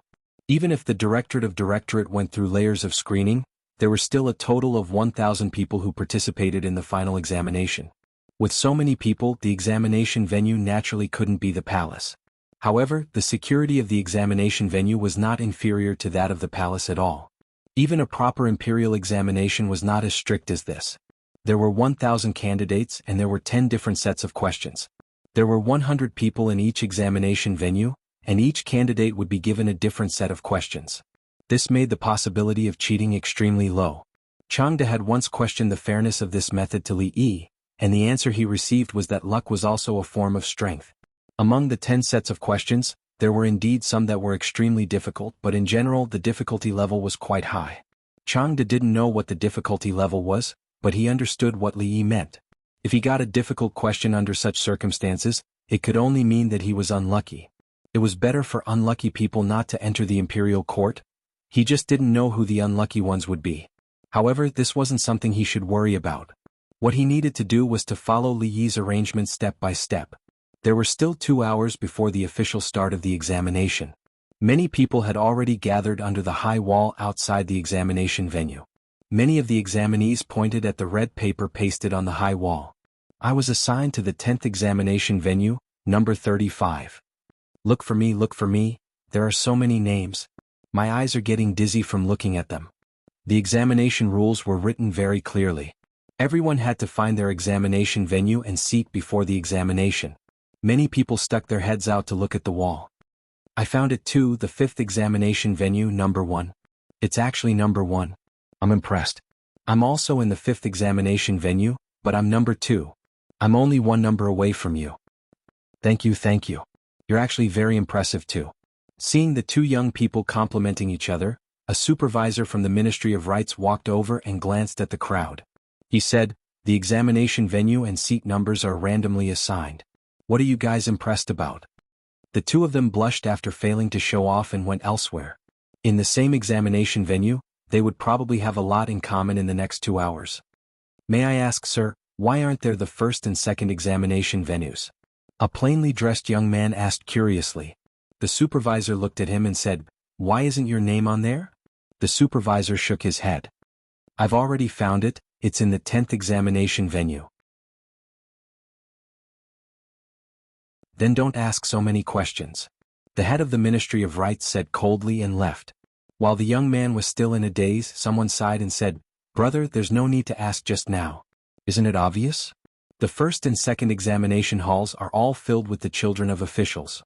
It has nothing to do with us." Everyone present was from a poor family and did not have any powerful background. Therefore they especially cherished this opportunity. They arrived at the entrance of the examination hall early. Many people in the crowd shook their heads and sighed. Every single one of those people's fathers were influential officials of the dynasty. How could they compare to them? Moreover, many of them were well aware that the majority of the spots for the academy's recruitment this time would probably be given to these people. As for them, it was still unknown how many of them would be able to enter. Since the allocation is arbitrary, why are the first two examination halls filled with the descendants of officials? A student said indignantly, "This time I'm afraid it's their one-man show again. That's impossible.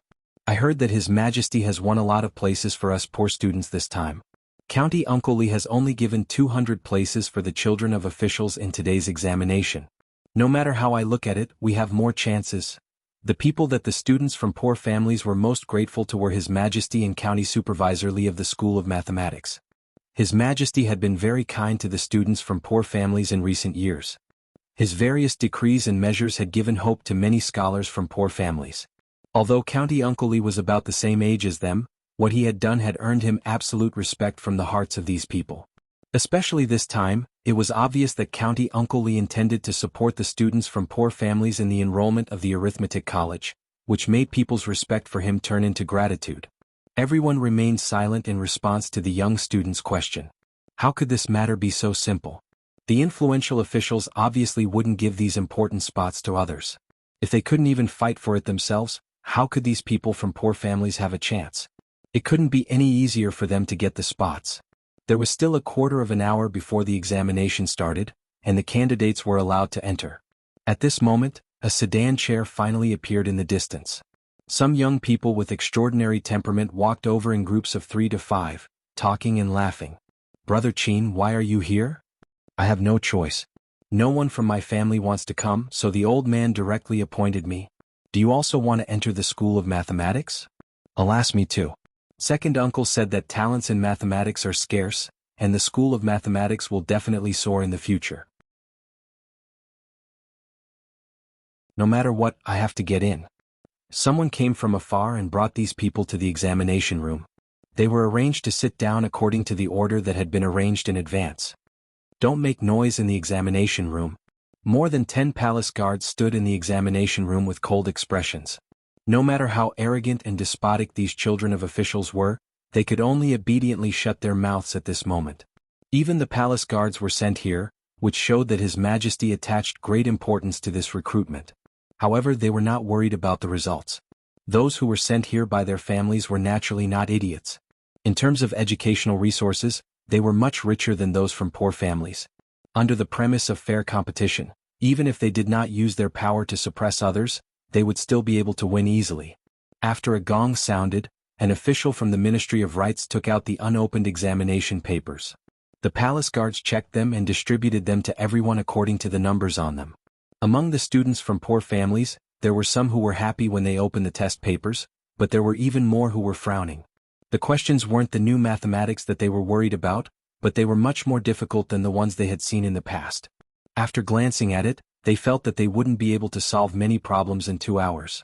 Faced with similar questions, the children of officials in the first 2 examination halls performed slightly better than the students from poor families. Many people had already begun to answer confidently. However, there were also some people whose expressions were not the same as everyone else's. The second son of the Chen family, Chen Lisan, looked at his examination paper and suddenly felt dizzy. He didn't have the courage to take a second look. What exactly were these scribbles that looked like talismans? He couldn't understand a single question in the entire examination paper. Limit, double integral, derivative. He could understand these words, but what did they mean when they were put together? The expression on Chen's face was extremely blank. There were many people who had the same expression. The fourth son of the Qin family, Qin Feng, the second son of the Cui family, Cui Shixin, the son of the Assistant Minister of Works, Li Jianren, they picked up their pens but couldn't write. They looked around and saw the people around them writing. After a short moment of shock, they began to doubt their lives. Are they all so good?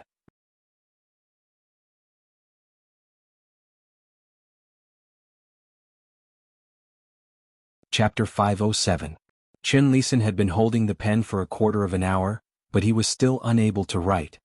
He angrily put down the pen in his hand and wondered if those people had memorized the answers in advance. Even the mathematics doctors of the Imperial College might not be able to solve these questions. He was not far from Qin Feng. When he turned his head to take a look, Qin Feng was also looking at him.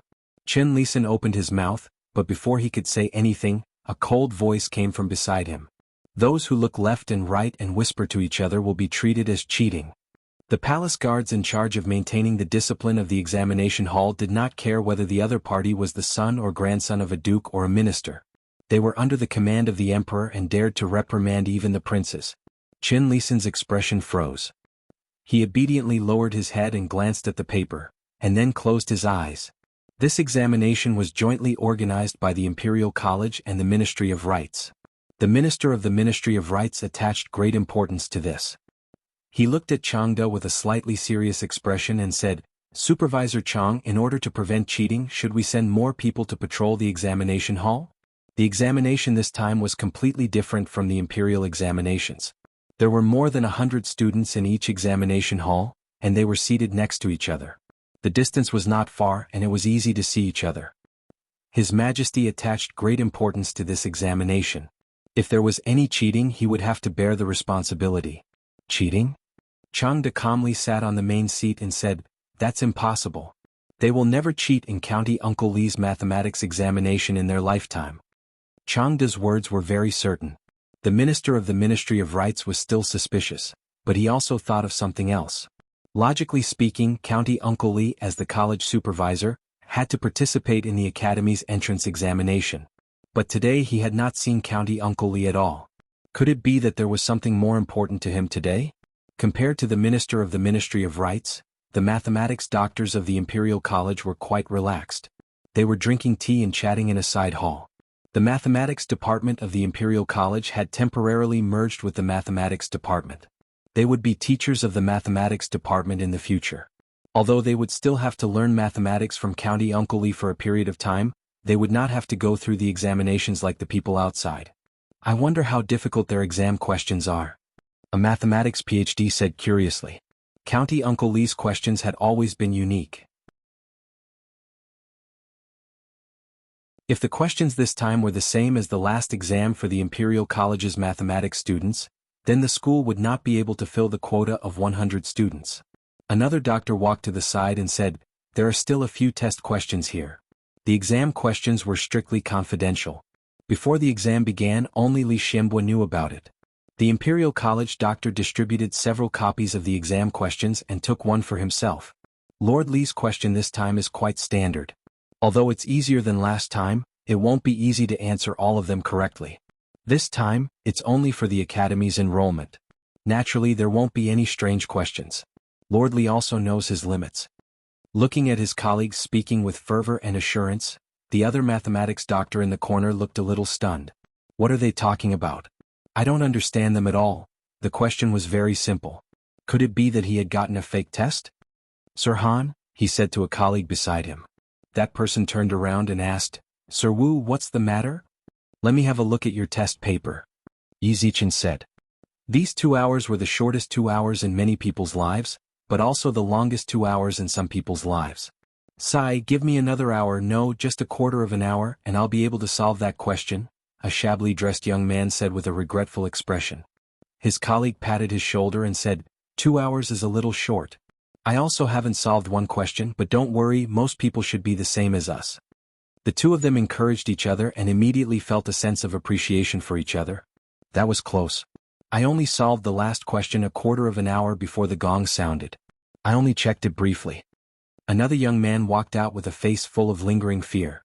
When he saw the two of them, he asked, "Brother Zheng, Brother Wang, how are you guys?" "Hey, Brother Zheng, Brother Wang, don't go." Everyone who came out of the examination room had different expressions. Some were happy, some were disappointed, and some were confused. Although they only needed to go home and wait for the name list to be posted tomorrow, no one left. They checked their answers with people they knew. It didn't take long for them to discover something very surprising. That's not right. Why didn't I get this question? Are our test papers different? I didn't get any of the questions you two mentioned just now. Mine is the same as this brother's. I understand. Although the questions are different, the solutions are actually similar. If you know one, you will definitely know the other. There's no need to argue. The person who set the questions must have done this on purpose to avoid cheating. After understanding this, everyone began to look for their own groups. Not long after, small groups appeared outside the examination room. At this moment, people walked out of the two examination rooms in the front. Many of the people who walked out first had dispirited expressions on their faces. Sitting there bored for 2 hours was also very unbearable. These 2 hours to them were longer than a day. That limit? Just as Qin Lisan opened his mouth, Qin Feng shook his head and said, "Don't talk about it. I don't understand it. That score? Never heard of it either." A few people gathered together and received the same answer. Not a single question was changed. The test papers were numbered. They didn't even need to write their names. The test papers were handed in the same way as they were handed out. I don't believe that they can answer all of them. Li Jianren slapped his thigh and stopped a person. "Ma Jie, how many questions did you solve?" He was from a family of generals, while scumbag Li's father was a civil official. The two of them usually didn't have much interaction. However, they were in a good mood today. The questions were just what they wanted.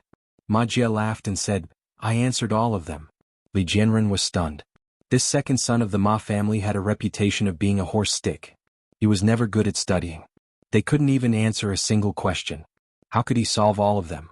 It was simply the biggest joke in the world. Seeing that Li Jianren didn't believe him at all, Ma Jie snorted and said, "If I answered the question about the transportation of troops and food incorrectly, wouldn't my father break my leg?" After saying that, he glanced at Li Jianren with disdain and walked away. After being stunned for a moment, Li Jianren finally understood something. He immediately walked over and said to the others, "Our questions are different." "Got it?" Qin Feng nodded. He pointed to the crowd and said, "It's indeed different. I'm afraid we've drawn a difficult question. His Majesty is indeed more biased towards the poor." Li Jianren said indignantly, "Ma Jie, that kid is really lucky." Qin Lisan opened his mouth and said, "Let's go and see where the people like us are." The dozen or so people walked towards the crowd. After a moment they walked back. Looking at the teams of at least 100 people, and then looking at the dozen or so of them, everyone's face was gloomy. If they still couldn't understand how lucky they were, their heads would be useless.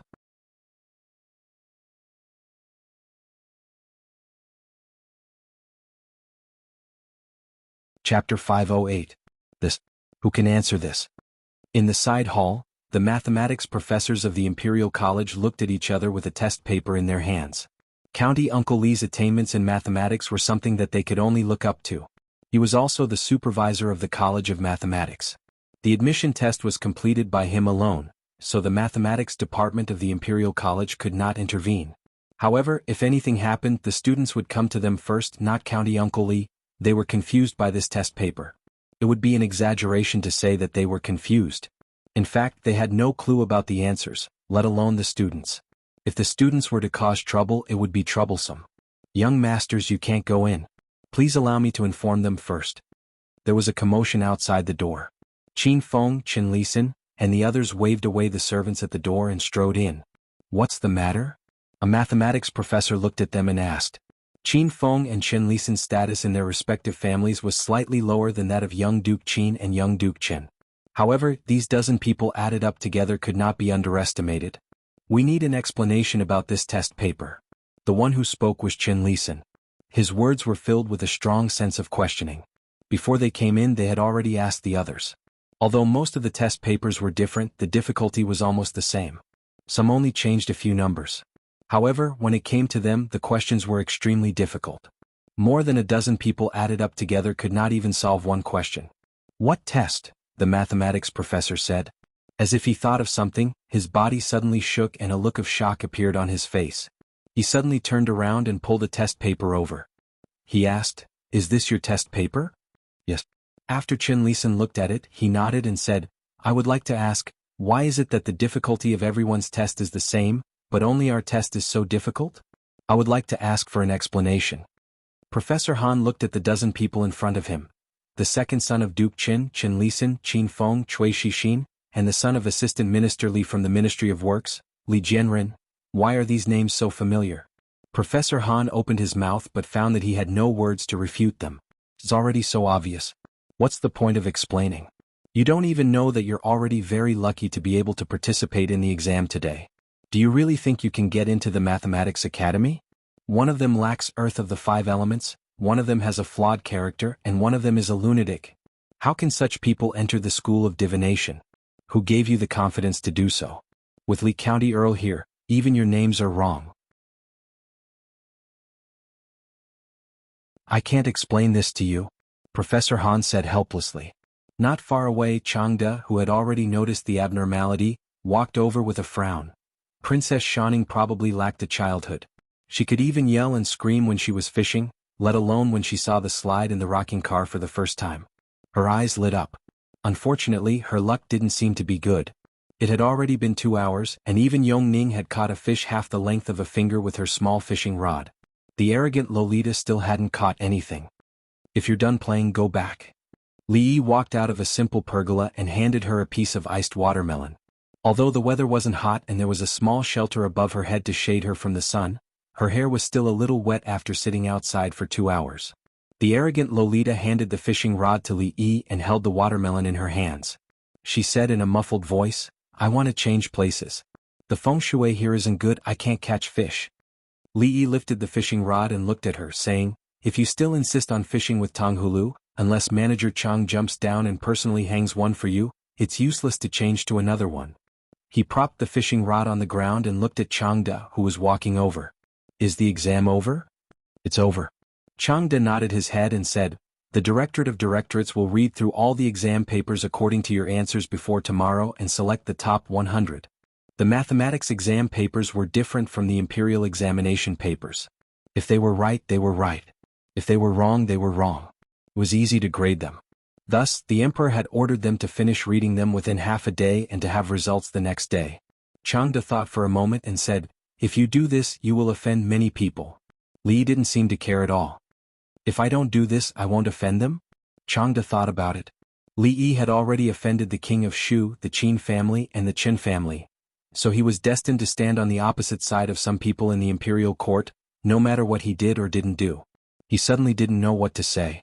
After a long time, he said, "The emperor said that you will settle the matters in the imperial court tomorrow yourself." "What else?" "Before the morning court, I will eat with the emperor in the imperial garden."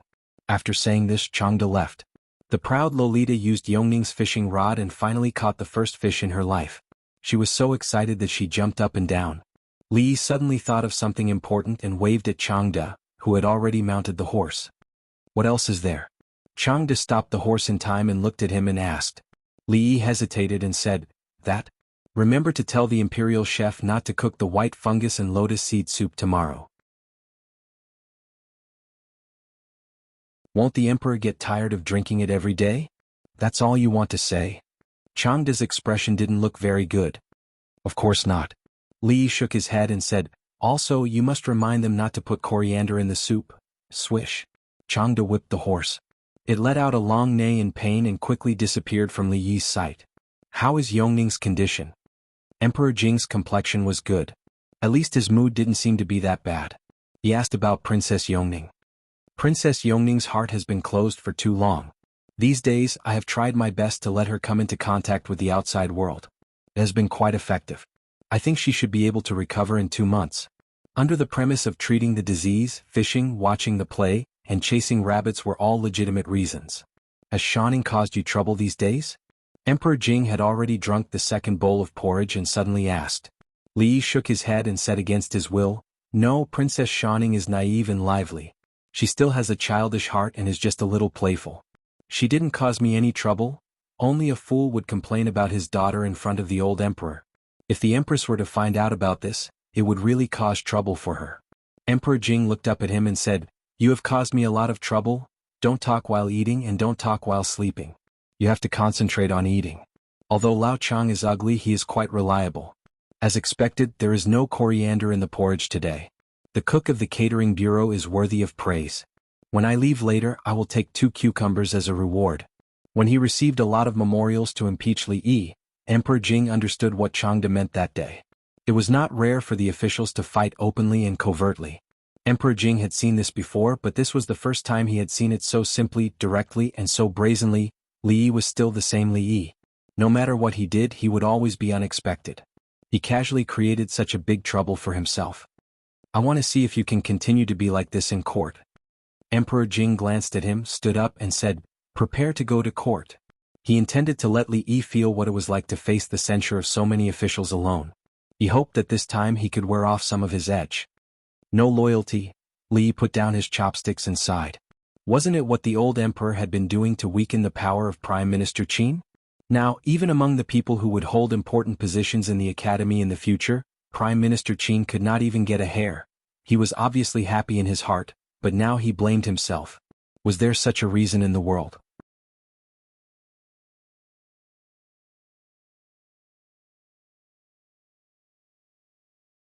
Chapter 509. Before becoming the dean of the School of Mathematics, Li Yi didn't have to attend court unless the old emperor specifically requested it. Although he was now the supervisor of the School of Mathematics, his sphere of influence was limited to the School of Mathematics. He could make all the decisions in the School of Mathematics. The old emperor didn't have to worry about the affairs of the School of Mathematics, and the affairs of the court had nothing to do with him. Therefore, there was no need for him to attend court. However, the old emperor was determined to let him feel what it was like to be attacked by so many court officials. There was no way to hide. The officials were already waiting in the hall, but the old emperor hadn't arrived yet. Li Yi yawned and stepped into the hall. He didn't even have time to take a nap these days because of the Tsundra Lolita. His daily routine was messy and he woke up too early, so he was a little sleepy. He found a pillar to lean against and took a short nap. Some officials who were closer to the door of the hall saw him, and they all had strange expressions on their faces. The Qin family, the Qin family, the Chui family, and all the nobles and court officials who had impeached him were all shut out of the School of Mathematics. His method was simple and crude.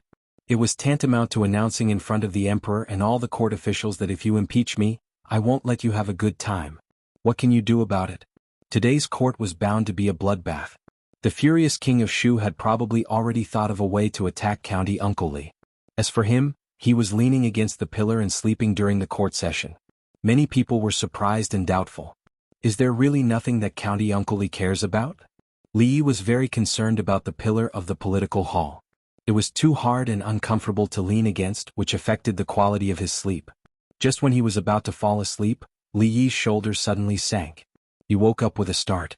If it wasn't old General Shui and a few other old generals standing in front of him, he would definitely fight him to the death. Old General Shui patted him on the shoulder and said, "Why does the imperial court look so lifeless? Be more spirited." The red-faced old general curled his lips and said, "Old Shui, you still have the cheek to talk about this kid? When have you not leaned against the pillar and dozed off in court?" "General Shui, General Ma." Li Yi cupped his hands and bowed to the old generals. After being patted by old General Shui, his shoulder felt a little numb, and the sleepiness that he had built up with great difficulty was gone. "We're on the same side, don't be so polite." Old General Shui waved his hand. Last time, when he left his name in the military book, the few old fellows were very grateful to him. Although the military book was currently limited to the royal family and the family of generals and could not be widely spread, there would come a day when it would become famous. Although the few of them would not be able to leave their names in the world like the author of the military book, at least there would be people who would remember them. This was more than enough for these old generals who had fought their entire lives. "Kid, what you've done this time is to this old man's liking." Old General Shui looked at him and praised, "That bunch of rotten scholars like to play dirty in the dark, unlike us, the family of generals, who are so straightforward." The few old generals had always treated Li Yi as a disciple of the family of generals, but the red-faced general was not like old General Shui. He looked at Li Yi with a slightly serious expression and said, "Although this will vent your anger, it will also offend many people. You are still young and do not understand the pros and cons of this. Even His Majesty will be put in a difficult position. In a while, I'm afraid that many people will step forward to impeach you. Remember not to be stubborn. As long as you take a step back, His Majesty will protect you." This junior understands. Li Yi nodded. These old generals looked rough, but they were actually very meticulous. Their love for him was not fake, and they had already taught him many things about being an official. After waiting for a full 15 minutes, the old emperor slowly appeared from the back of the hall. The current emperor was the most diligent emperor in the history of the Jing kingdom. Since the day he ascended the throne, except for some major celebrations, activities and health reasons, he had been attending the morning court almost every day. Today, as usual, a few officials from several provinces made a simple report. Seeing that there was nothing important to report, Emperor Jing looked down and asked, "How is the enrollment of the Imperial Academy?" The Chancellor of the Imperial Academy, who was in charge of this matter, heard this and stepped forward and said, "Your Majesty, the enrollment of the Imperial Academy has been completed yesterday. There were 1,000 people who participated in the examination. According to the results of the examination, the top 100 were admitted. Among them there were 66 people from poor families. The specific name list has been posted outside the palace gate." As soon as the Chancellor of the Imperial Academy said this, there was a sudden commotion among the officials. Among the 100 people, there were 66 people from poor families. Didn't that mean that there were only 34 people from the officials? Although the majority of the people who participated in the examination were from poor families, this result was still far beyond their expectations. Emperor Jing was also quite surprised by this result. These two numbers were more or less the same. Could it be that Li Yi deliberately made things difficult for the children of the officials? "Your Majesty, this official has a memorial." A voice suddenly came from the crowd. Everyone saw Assistant Minister Li of the Ministry of Works stand up and say, "This official impeaches Supervisor Li Yi of the Imperial Academy. In the enrollment he was unfair and deliberately made things difficult for some of the candidates. I hope your Majesty will investigate this." After Assistant Minister Li stood up, several people immediately followed him. The reason for the impeachment was exactly the same. Supervisor Li Yi of the Imperial Academy did not follow the principle of fairness and justice in the enrollment process of the Imperial Academy. He was unscrupulous and deliberately made things difficult for some candidates. He really let down His Majesty and the Imperial Court's trust in him.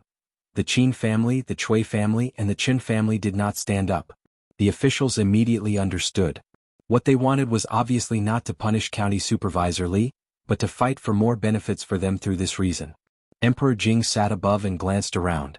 He said, "Where is Li Yi?" There was no sound in the court. The officials turned their heads and looked around until an official couldn't help but reach out and push the young man leaning against the pillar. He whispered, "Supervisor Li, His Majesty is calling you." Li Yi covered his mouth and yawned. He quickly walked to the front and bowed. "This official is here." Emperor Jing looked at him and asked, "There are officials who impeached you for deliberately making things difficult for some of the candidates and being unfair in the enrollment of the Imperial Academy. Is this true?" This official was confused for a moment. Li Yi nodded. Assistant Minister Li of the Ministry of Works' hand froze in his sleeve. He originally wanted to take out the evidence after Li Yi denied it. He did not expect him to admit it so easily, which disrupted his next plan. Many officials shook their heads. County Supervisor Li was still too young. He only did things on impulse. This time those people would not easily let him go. Emperor Jing opened his mouth and did not know how to continue for a while. According to his idea, he wanted to use this matter to sharpen Li Yi's edges and make him more stable in the future. But he did not expect that he would admit it so easily. "How should I punish you for personal reasons?" After a long time, Emperor Jing spoke again. Li Yi looked solemn and sincere. He said, "This official is wrong. As the supervisor of the Imperial Academy, this official has failed to live up to the trust of the Imperial Court and your Majesty's expectations and cultivation. This official feels that he can no longer bear this heavy responsibility. I beg your Majesty to allow this official to resign from the position of supervisor of the Imperial Academy and go home to reflect." Assistant Minister Li of the Ministry of Works stood in the same place with a blank expression. How could this be? Things should not develop like this.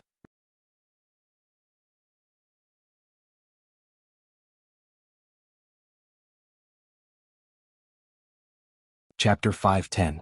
After learning that their children were deliberately made difficult by Li Yi, the supervisor of the arithmetic college, the first reaction of these powerful officials was naturally anger. There were 200 children of officials participating in the examination this time. Why didn't he make things difficult for others but them? He was so blatant and unscrupulous. He obviously didn't put them in his eyes.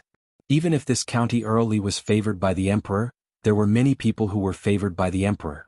Which one of them wasn't careful and treading on thin ice? It was the first time that they saw someone being so arrogant because of the emperor's favor. However, although they were angry, this matter was not a bad thing for them, although it was a little embarrassing. He broke the rules like this, even His Majesty couldn't protect and condone him indefinitely. At that time, everyone in the imperial court would collectively make things difficult for him. Maybe they could grasp some more chips in the arithmetic college. However, no one expected that County Earl Li Liyi's attitude of admitting his mistake was so sincere. He didn't resist and didn't defend himself. He was wrong, so he resigned. Compared with those who, after making a mistake, walked around and used all kinds of means to avoid trouble, County Earl Li was simply an example of the officials. But why couldn't they help but want to scold him? Why did His Majesty set up another arithmetic college outside of the Imperial College? Why was County Earl Li the supervisor instead of others? It was because in the whole Jing kingdom, no one understood the new mathematics except him. If he resigned, the arithmetic college would be useless. Looking at the several people standing in front of them who were just impeaching County Earl Li, but now became speechless, many officials sighed in their hearts. County Earl Li obviously didn't care about the position of the supervisor of the arithmetic college. The reason why today's matter happened was because of their impeachment a few days ago. The situation in the imperial court at that time was so similar to today. Now, his attitude was also very clear. Either you go or I go. You can impeach him slowly. I'll go back first. And everyone had a strange feeling that he seemed to be looking forward to his resignation. Jingdi's eyes twitched. He took a deep breath, forced himself to calm down and said, "So, you admit that you deliberately made things difficult for the examinees?" Li shook his head and said, "That set of test papers was used by me to select students with the greatest talent in mathematics. I have high hopes for these students. If they can solve one of the questions, I will definitely enroll them into the School of Mathematics and seriously train them. I didn't think it through. I didn't expect it to have such serious consequences. I don't have the face to stay in the School of Mathematics anymore. Your Majesty, please allow me to resign." These words were spoken with extreme sincerity. Naturally, the officials did not believe him. This was too much of a coincidence. The people who received the difficult questions were all people who had offended him before. Who would believe that this wasn't revenge? But even if they didn't believe him, they couldn't expose him. If Li Xianbo resigned, what would be the point of the existence of the Mathematics College? Who would train excellent mathematicians for the country? Their families had already been recruited by the Mathematics College. Wouldn't they have taken the test in vain? At this time, a directorate professor suddenly stood up and bowed. He said, "Your Majesty, Magistrate Li is eager to seek talents. Everything he did was for the sake of our Jing kingdom. If he is punished because of this, won't it disappoint the officials in the court?" Magistrate Han is right. This matter can't be blamed on Magistrate Li. Another directorate professor immediately stood up. Once the Mathematics College was gone, the heavy burden would be on their shoulders. This was absolutely unacceptable. Your Majesty, I agree. Another official stood up. Magistrate Li is dedicated to recruiting talents for the country. What's wrong with that? Suddenly, there were many voices in the court. Those officials all tried to persuade Magistrate Li. Their opinions were surprisingly unanimous. County Magistrate Li was not wrong to want to select high-level talents for the country. Was it wrong? Before the court, they had already seen the list of students from the Mathematics College. Their sons and nephews were impressively on the list. The Mathematics College was a good place. The Ministry of Revenue, Ministry of Works. Many important departments in the court were short of mathematicians. The emperor attached great importance to the newly established Mathematics College. It wouldn't be long before there would be a reform in the court. At that time, those who graduated from the Mathematics College would be in high demand. At this time, how could the superintendent of the Mathematics College resign? In the imperial court, the winds changed abruptly. Those who had accused Li Yi just now retreated silently and did not speak again. Obviously, neither the officials nor the emperor would think that a few spoiled brats were more important than the superintendent of the Mathematics College. In other words, they would definitely suffer this loss. What a good way to advance by retreating. Prime Minister Qin walked out of the palace gate and praised. But what about Feng'er? A man next to Prime Minister Qin hesitated and said, "It has already been arranged. When he comes out of the Mathematics College?" Prime Minister Qin waved his hand and said, "The list has already been posted. How can it be changed so easily? What will the poor scholars who entered the Mathematics College think? What will the people of the world think?" The man was speechless. He fiercely punched the wall and said, "How can he be so brazen? I'm afraid that the emperor also wants this." Prime Minister Qin looked into the distance and murmured. He then walked away with his hands clasped behind his back. The man stayed where he was and a trace of fierceness flashed in his eyes. Does County Uncle Li really not care about the position of superintendent? An official walked out of the palace hall and asked in confusion. This is retreating in order to advance. Someone next to him casually said, even if he really resigns, will the emperor agree? Other than County Uncle Li, who else can fill that position? The Qin family and Chui family are really unlucky this time. The official sighed and said, the Qin family and the Li family have been enemies for a long time. The young duke of the Qin family and County Uncle Li are also enemies. As for the Chui family, I've never heard of them having any grievances with County Uncle Li. In short, don't provoke County Uncle Li in the future. Don't you see it clearly? The person next to him suddenly looked at him. What? The official looked puzzled. The King of Shu. The man lowered his voice and said, the King of Shu is the cause of all this. The official was stunned for a while and his face suddenly changed. It's impossible. He is young and has no background. How can he participate in such a big event? Moreover, I've never heard of him and is certain. I heard that the emperor will also put several princes in the College of Mathematics to study together. Hearing this news, the official suddenly stopped talking. It seemed that he thought of something terrible and his face turned pale. Jean, without any background, His Majesty was his biggest background. This time he deliberately targeted a powerful official who was close to the King of Shu, but His Majesty didn't care about it at all. Instead, His Majesty played down the matter, which made the courtiers start to wonder which one was His Majesty's biological son, the King of Shu or County Earl Li. No matter who participated in the fight for the throne, he usually didn't have a good ending, provided that he could bet on the right person. The Qin family, the Chui family, the Qin family and some powerful officials obviously bet on the King of Shu. As for County Uncle Li, who was extremely favored by the emperor, it was very scary to think about it. Before this, the officials almost fought with each other to get a place in the College of Mathematics, which showed its importance.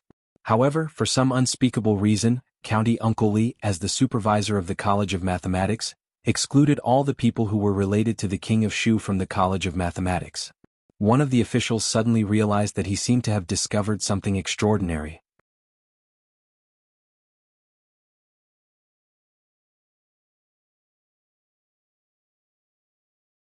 Chapter 511. An assistant minister from the Ministry of Works walked out of the palace in a daze.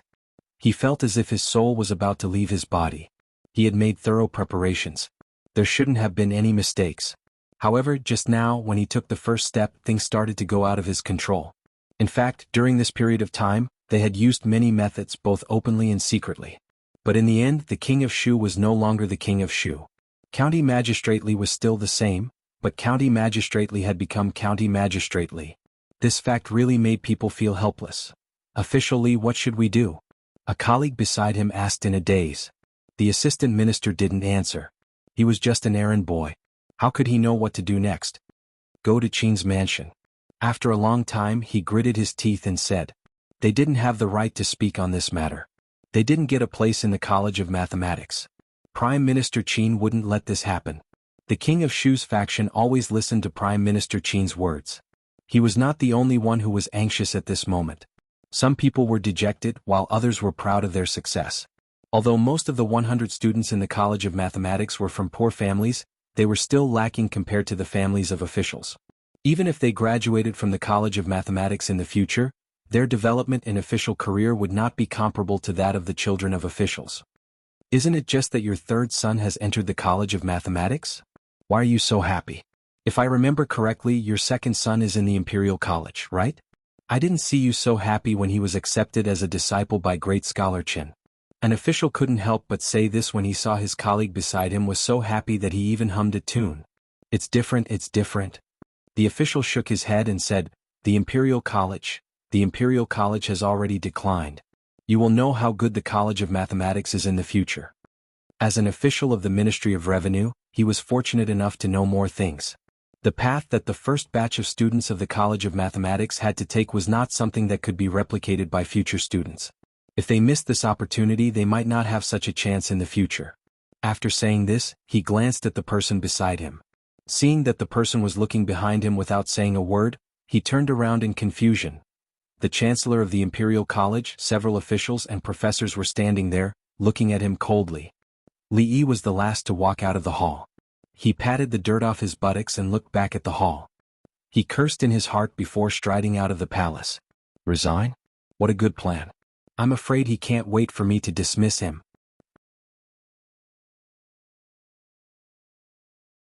Emperor Jing said angrily, other officials share the burden of the emperor, but he did such a thing only a few days after he beat the king of Shu. How can I have such an official? Changde watched from afar without saying a word. If it had been someone else who had done these two things, their head would have been somewhere else. However, His Majesty had only said a few words to vent his anger. In fact, His Majesty would have beheaded anyone but Li Yi. Because of the king of Shu, there had been a force in the court that even His Majesty could not ignore. This was something that no emperor wanted to see. However, His Majesty was the Son of Heaven. His every move was watched by countless people. In many cases he could only choose to deal with it gently.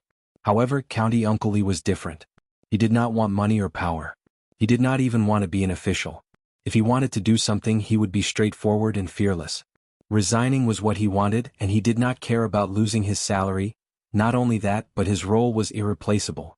Today in the court, even without His Majesty's words, countless officials interceded for him. Among the officials who could do this, which emperor would be willing to punish an official who could always accurately guess the emperor's intention and share the burden of the emperor?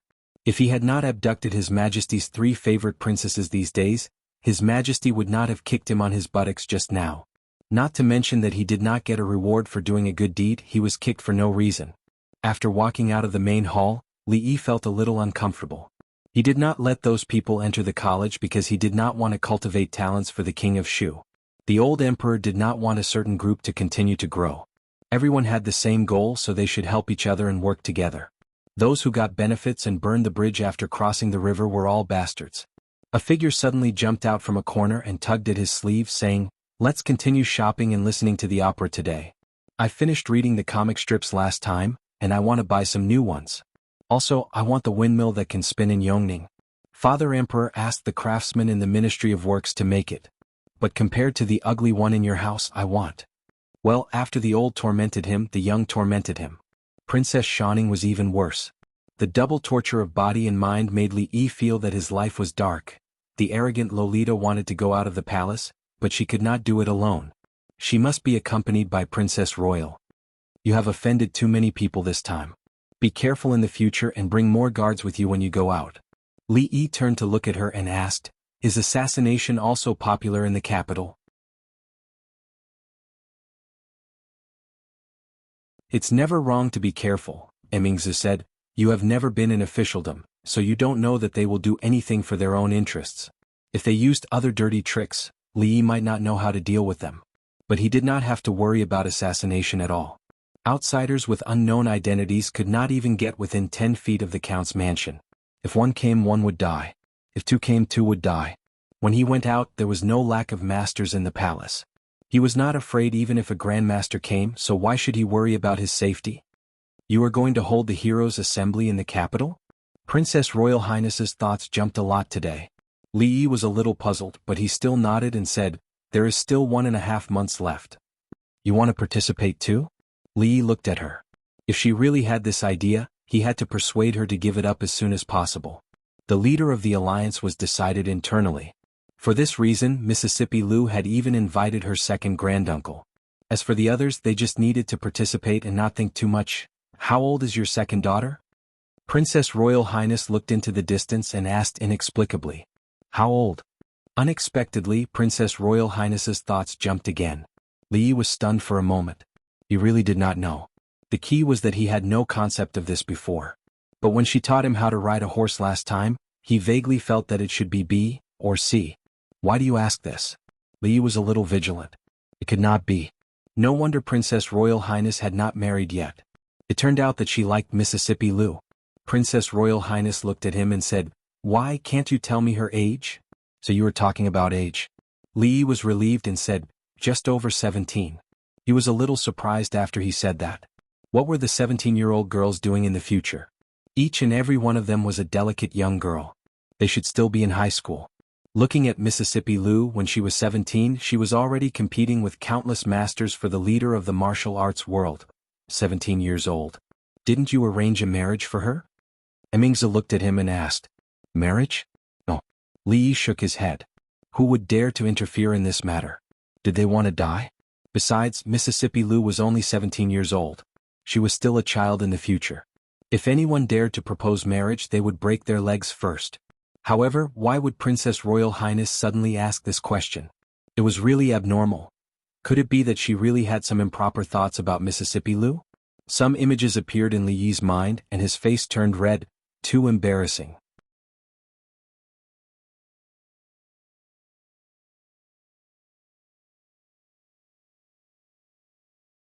Chapter 512.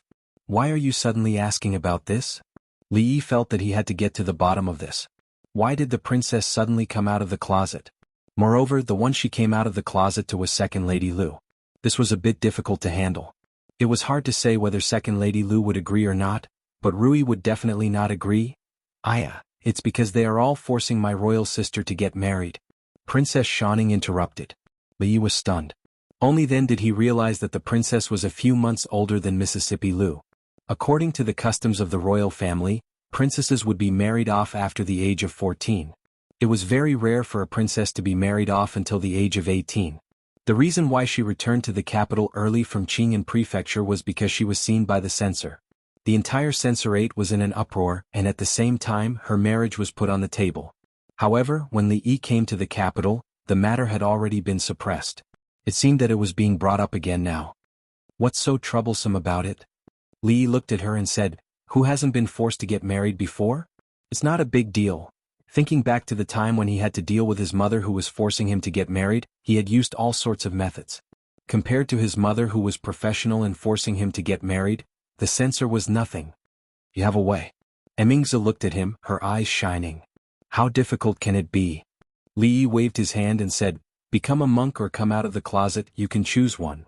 Come out of the closet? Her Royal Highness knew what it meant to become a monk, but she didn't quite understand the last word that Li Yi said. Li Yi shook his head and said, don't look at me. Even if I agree, Rui will not agree. You can't beat her. Seeing that she was still looking at him, Li Yi was stunned. His expression became even more vigilant and he immediately added, I can't either. I have a family. Besides, people of the same surname cannot marry. Your idea is very dangerous.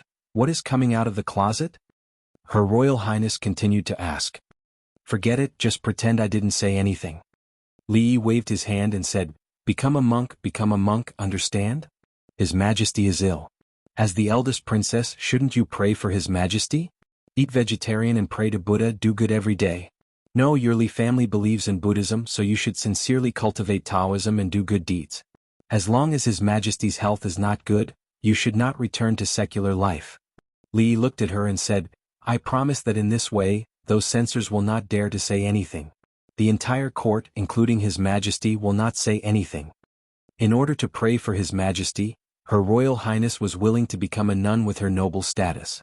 How filial was this? The imperial censors could not wait to praise her. If anyone dared to speak carelessly and cause trouble, the old emperor would not even need to do anything. The spit of the people in the world would drown them to death. The princess looked at him with a slightly hesitant expression. Li Yi continued, of course it's easy to become a nun, but it's hard to return to secular life. If you don't like this method, it's okay. We have a plan B. His Majesty is ill and powerful enemies are eyeing him covetously. The country is suffering from internal and external troubles. As the eldest princess of the country, she worries about His Majesty and the affairs of the country. As she worries more and more, she becomes ill and becomes intermittent hysteria. When she is ill, she likes to draw her sword and cut people. She won't stop until she sees blood. In this way, no one will dare to marry you. Li Yi was very experienced in this matter. All the civil and military officials in the court knew that Uncle Li suffered from intermittent hysteria. He would go crazy when he was stimulated. Her Royal Highness was so close to him that it was normal for her to get this disease accidentally. Don't worry that no one will believe it. I'm familiar with the Imperial Physician Bureau. It's very easy to make a certificate. You've already used this method. Emingzi looked at him and said, it's because I've used it before that it works. Seeing that she didn't seem to like this method, Li Yi thought for a while and said, if you don't like the first two methods, you can only use Plan C. Which censor is the most troublesome? Hire some assassins to kill him. Li Yi looked at her and gently scratched his neck with one hand. He said, what do you think? Simple and violent. Once and for all. Are you very tempted? These are the methods. You decide which one to use. When the princess was thinking, Li reminded her, anyway, everything should be done as soon as possible. It will be too late when His Majesty makes a decision. No matter how much the old emperor doted on her, he couldn't keep her in the palace forever. There was no doubt about this. There was no custom for princesses to marry outside the Jing kingdom. Under normal circumstances, princesses would marry the sons of some important officials or marry rich families. There would be some political factors in it. Of course, free love existed in this era, but most of it happened in small families. Young ladies with a bit of status couldn't decide their own marriage. Princesses were no exception. Princess Shining finished her candied fruit and wiped her mouth. She said, all girls have to get married. Mother said that I should get married in 2 years. Li was stunned and almost fell down the stairs. How old was the Tsundra Lolita? She wasn't even 11 yet? Even if she was 11, she would only be 13 in 2 years. She had to get married and have children at the age of 13? Damn it, this was too much of a beast. Ahem, actually, it's not good to get married too early. Li coughed softly. He felt that it was time to teach them some knowledge that girls should know. Giving birth too early will cause irreversible damage to a woman's body. At the age of 14 or 15, she is still a child. Her body hasn't matured yet. Dystocia is common. It's not uncommon to have 2 lives. If you don't believe me, you can ask any midwife. In this era, giving birth was tantamount to a parting of life and death. The question of whether to save the mother or the child was not a joke. Speaking of giving birth, the Tsundra Lolita was still a little shy. However, after listening to Li, her shyness quickly turned into fear. Her little face turned pale. She didn't know that giving birth was so scary. She decided to go back and persuade her mother to listen to her husband. She didn't want to get married in 2 years. Actually, within the royal family, in order to strengthen ties, they often conduct marriages between cousins. Li looked at Her Royal Highness and said, have you noticed that the descendants of these marriages between cousins are often stupid and disabled? Li Emingzi thought about it and showed some surprise on her face. She asked, why? This involves the problem of genes and inheritance. Li found that he had said a little too much today. If he continued, he was afraid that the old emperor would ask him to build a biology school again. Li looked at her and said, let me give you a simple example. Do you know that there are people in this world who don't distinguish between red and green? Note, not distinguishing between red and green doesn't mean that they don't recognize red and green. This is a misunderstanding that many people have about red and green color blindness, from an author who has been professionally colorblind for 20 years. Li Emingzi nodded and said, it's not a secret in the capital that Prince Cheng and Princess Cheng don't distinguish between red and green. Since she knew that there was such a thing, then the problem of inheritance was easily explained. For the time being, we will call the disease of not distinguishing between red and green color blindness. If Prince Cheng and Princess Cheng both have color blindness, then the children of the two, regardless of gender, will definitely have color blindness. This is inherited. Li used the most simple language to explain to her. Only by explaining this matter clearly could he explain the problem of, the royal family is full of idiots. Li Emingzi looked at him in surprise and said, but the young princess does not have color blindness. Li Yi's expression froze.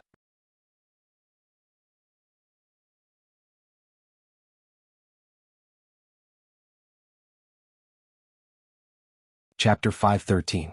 Young princess, you don't have color blindness? Li Yi finally came to his senses. He looked at Li Mingzhu and asked, are you sure? Emingzi looked at him and nodded. Li Yi coughed twice as if he saw sheep and sheep running on the green grassland. He rubbed his eyebrows and asked, where were we? Heredity. The princess reminded him. Oh, heredity. Let's talk about heredity next time. I'm a bit confused now. Li Yi couldn't understand the heredity of the royal family. He shook his head and said, in short, the consequences of marriage between cousins are more serious than marriage between people with the same surname. In fact, if there is no blood relationship, it's not really impossible to get married just because they have the same surname. It's just an unfounded taboo of marriage. Really? Before Princess Royal Highness said anything, the proud Lolita's eyes suddenly lit up. Li Yi glanced at her and didn't know what she was happy about. Is it really so dangerous to get married too early? Emingzi looked at him with an incredulous expression. Li Yi looked at her and said, In fact, you just need to go to the Imperial Physicians Bureau and you will know the mortality rate of women giving birth nowadays. A major reason is that the childbearing age is too young. The pelvis is not fully grown, so the fetus can't give birth smoothly. Often 2 lives are lost. He was not exaggerating. There was data that showed that the mortality rate of pregnant women in ancient times was 30 to 40%. Giving birth was no less than a separation of life and death. Of course, there were reasons for this, such as the underdeveloped medical level and poor awareness of hygiene, but early marriage and early childbearing was definitely the most important factor. However, the national conditions were like this. The people thought that having more children would bring more blessings. The officials wanted to improve their performance. If they didn't want to have children, they would help them.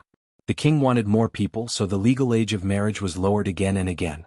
Under such a major premise, if women in the Jing kingdom were still unmarried at the age of 17 or 18, what would happen?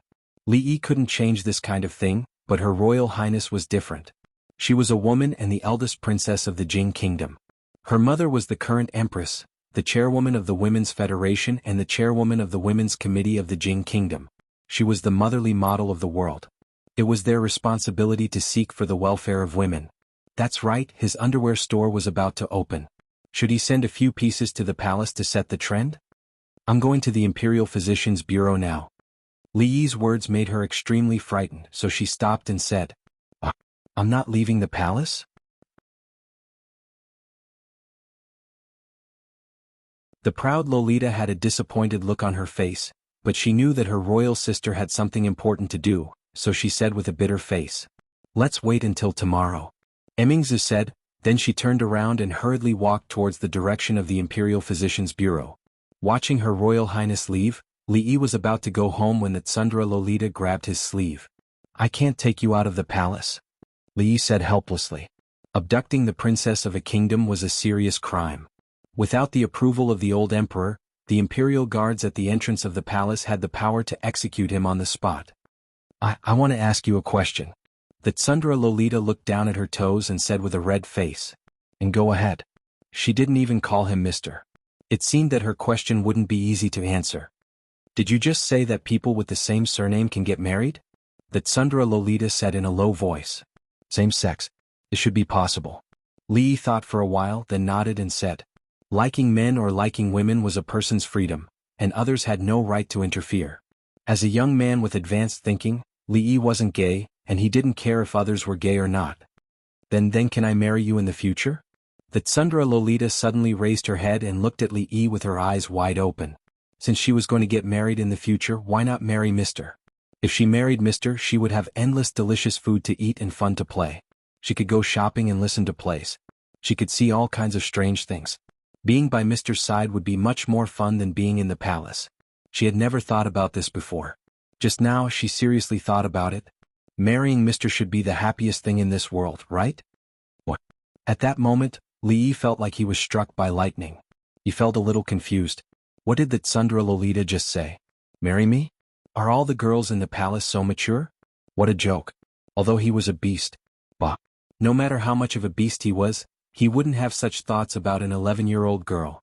Besides, if this was known by the old emperor, he could only go to the palace as soon as possible. If he was a little slower, he would have to go to the market to find him. No matter what the reason was, he couldn't agree to it. He straightened his body, looked at her, and sternly said, No. The Tsundra Lolita was stunned on the spot. The look of anticipation on her small face quickly dimmed. Her eyes were covered with a layer of mist, and her small mouth was pouting. Li Yi walked out of the palace gate dejectedly. The Tsundra Lolita's sudden action had caught him off guard. Thinking of her sad appearance as she left, he actually felt that he had become a heartless man. God, what did he do? He clearly didn't do anything. What the F***ck is going on? My lord, my lord. Lu Yi stood at the palace gate and watched official Li walk in front of him. He called out to him several times, but he didn't look back. Lu Yi scratched his head in puzzlement, turned around and stepped into the palace gate. Not far from the palace gate, there were countless young people dressed as scholars standing under a high wall. Their exclamations were endless. There's me. I'm on the list. I can enter the Academy of Mathematics. A skinny young man in plain clothes suddenly fell to the ground after shouting a few times. He was foaming at the mouth. The crowd hurriedly carried him away to the nearest clinic. In the crowd, a young man waved his folding fan and sighed, "We study and cultivate. It's just a small matter. How could it end up like this? How sad, how sad." "Brother Qin." A person beside him looked at the red list and said with a trembling voice, "What's the matter?" The young man put away his folding fan and asked indifferently, "Brother Qin, you're on the list. You're on the list. You're ranked 10th. The young man's companion turned around excitedly, but found that Brother Qin had already disappeared.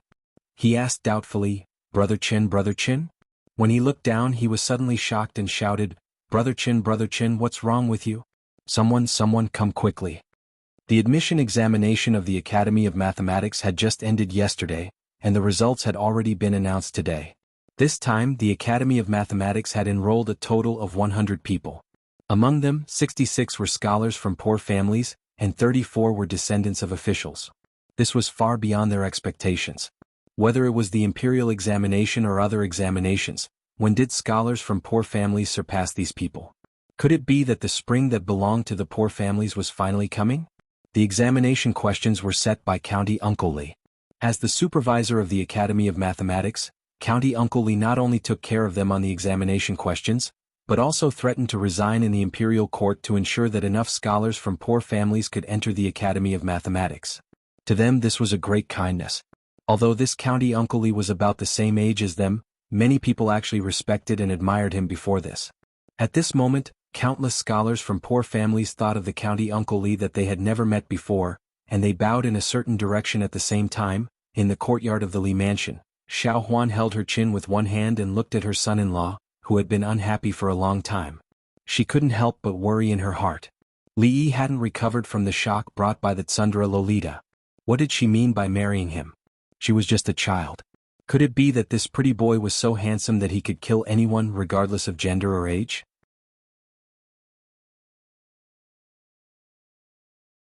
Xiao Huan. He turned around and looked at the little servant girl. "Son-in-law, I'm here." Xiao Huan was refreshed and immediately sat up straight. "Son-in-law is very likable, isn't he?" Li looked at her and asked seriously. The little servant girl was stunned for a moment. After a moment, she carefully stretched out her hand and touched Li Yi's forehead. After withdrawing her hand, she immediately turned around and ran back to the room. Miss, it's bad.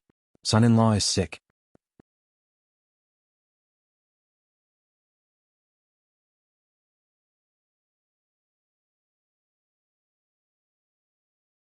Chapter 514.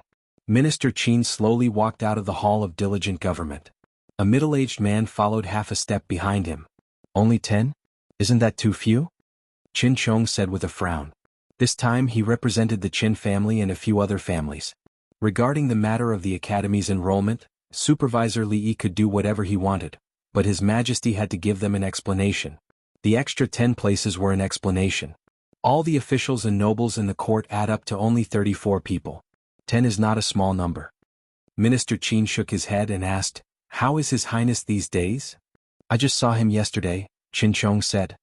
"His Highness's body is recovering well, and his personality seems to have changed a lot. According to the two eunuchs, His Highness has spent most of his time reading. When he learned about the matter of the Academy, he did not have much of a reaction. His Highness has finally grown up, but it's still a bit too late." Qin Xiang sighed and said in his heart. The expression on his face was somewhat gratified, but it was more of a pity. He had never thought that the King of Shu would be a wise ruler, but he did not expect him to be so useless. Now that the Qin family was tied to the King of Shu, even he was powerless to change anything. But during this period of time, the direction of the court had begun to change. His Majesty seemed to have no intention of making the King of Shu the heir apparent. The family of generals had always been the emperor's most loyal supporters. Now, even many of the court officials who were originally inclined to the King of Shu had left them. Sometimes he also wondered when the King of Shu had gradually fallen from having the upper hand to this state. Suddenly, as if sensing something, Minister Qin raised his head and saw a young man being led by two eunuchs toward the Hall of Diligent Government. Seeing that figure, Qin Chang's expression darkened, and a fierce light quickly appeared in his eyes. In the Hall of Diligent Government, Emperor Jing casually threw a memorial to the side and asked, "It will be August soon. If I remember correctly, Mingzi should be 18, right?" Changde stood behind him and replied, "Yes, it has been 18 years." These people are even more anxious than I am. Emperor Jing shook his head and said, however, this matter can't be delayed any longer. Let me ask Emingzi first. An unmarried princess at the age of 18 would become a joke to the world. How could a dignified princess of a country not be able to get married? What has Emingzi been doing these 2 days? Emperor Jing picked up another memorial, flipped through it and suddenly asked. The princess has been going to the Imperial Physician Bureau for the past 2 days. Changde thought for a moment and added, His Highness also questioned the midwives in the palace a few times. It seems that the Empress also participated in what the princess did. Imperial Physician Bureau? Midwife?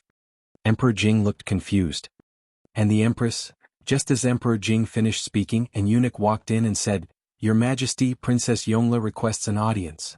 Imperial Father, I have something to report to Imperial Father. Emingzi handed a memorial to a eunuch. Her face looked tired. It was obvious that these 2 days were not easy. Although Emingzi was a girl, she was more concerned about the affairs of the country than the adult princes. She was also the only child who could share her worries in the affairs of the country. Seeing her serious face, Emperor Jing's expression became serious and he said, Bring it up. Changde walked down and took the memorial from the eunuch's hand. He respectfully handed it to Emperor Jing. The memorial was not long. Emperor Jing quickly finished reading it. He closed the memorial and took a deep breath. He stood up and looked at Emingzi. He asked, Is this true? The imperial physician is waiting outside the hall. Emingzi said. Summon the imperial physician. County Uncle Li, quickly go in. Don't let His Majesty wait. A eunuch looked at Li Yi and said with a bitter smile. What's the hurry? Didn't you see that the imperial physician has just been summoned?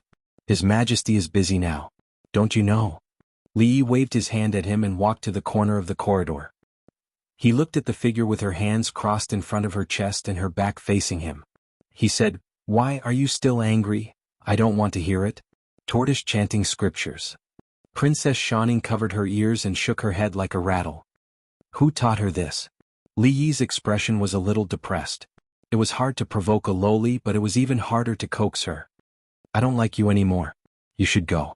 I don't want to see you again.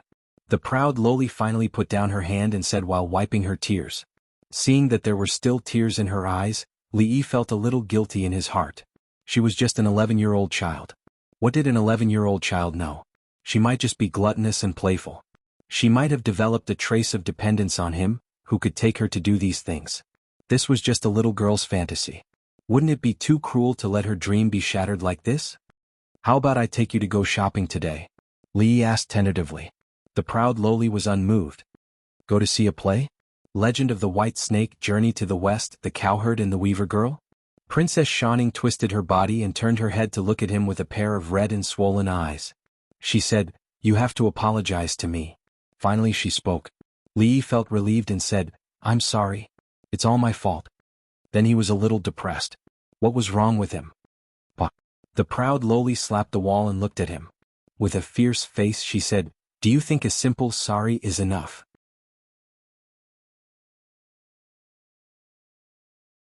Li Yi looked at her in a daze. Could it be that all women, regardless of age, learn this trick without a teacher? He squatted down and said, Then tell me, what do you want? I want Tonghulu, I want Shiji Lang, I want chocolate, I want ice cream, I want white rabbit.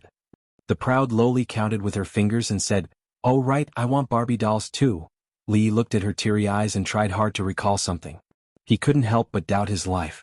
He was actually tricked by an 11-year-old girl? Your Majesty, Her Royal Highness is not wrong at all. In our Jing kingdom, women giving birth is like walking through the gates of hell. Therefore, 3 out of 10 women die. The younger they are, the more dangerous it is.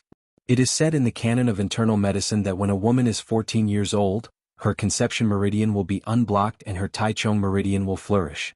That means that after a woman is 14 years old, she will have the ability to give birth. However, if she breaks her yin too early, it will hurt her blood. The best age for giving birth has to be delayed. The explanation of the imperial physician Lu Jimin was very thorough. However, the number on the memorial in Emperor Jing's hand was even more shocking. When a woman gave birth at the age of cardamom, there was a 40% chance that she would die. If it was delayed for a few years, it would be reduced to less than 10%. Thinking of so many innocent women dying every year in the imperial court, Emperor Jing looked at Lu Jimin and said angrily, "Since you know this, why didn't you report it earlier?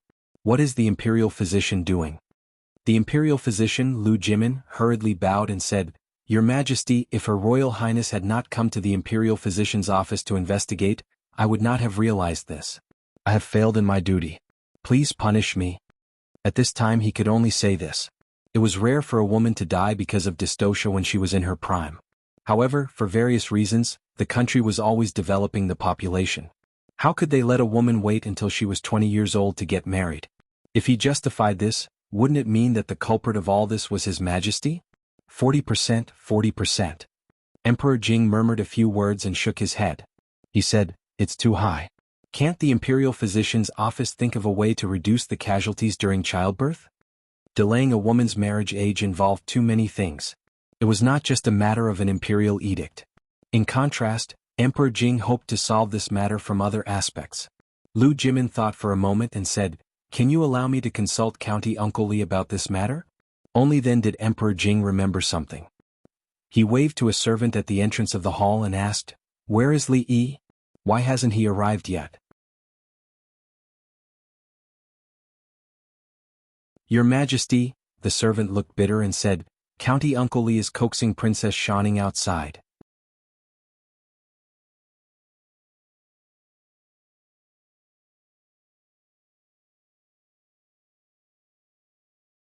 Chapter 515. Give Birth. Li Yi looked at Emperor Jing in surprise and shook his head repeatedly. This official doesn't know how to do this." Emperor Jing glared at him and said, "No one asked you to give birth. I ask you, is there any way to reduce the possibility of women dying from childbirth?" Li Yi thought for a moment and said, "A woman's pelvis is fully developed after the age of 20. If Your Majesty delays the age of marriage for women after the age of 20, it will naturally greatly reduce the probability of dystocia." Emperor Jing frowned slightly, and Lu Jimin showed a bitter expression. Although this method was effective, it was not feasible at all. If His Majesty now decreed that women in the Jing kingdom should give birth after the age of 20, then the population of the country would definitely decline for a long time. The population was closely related to taxes, labor, and national strength. At that time there would be no one to farm the land and there would not be enough soldiers. How could they resist the strong enemy?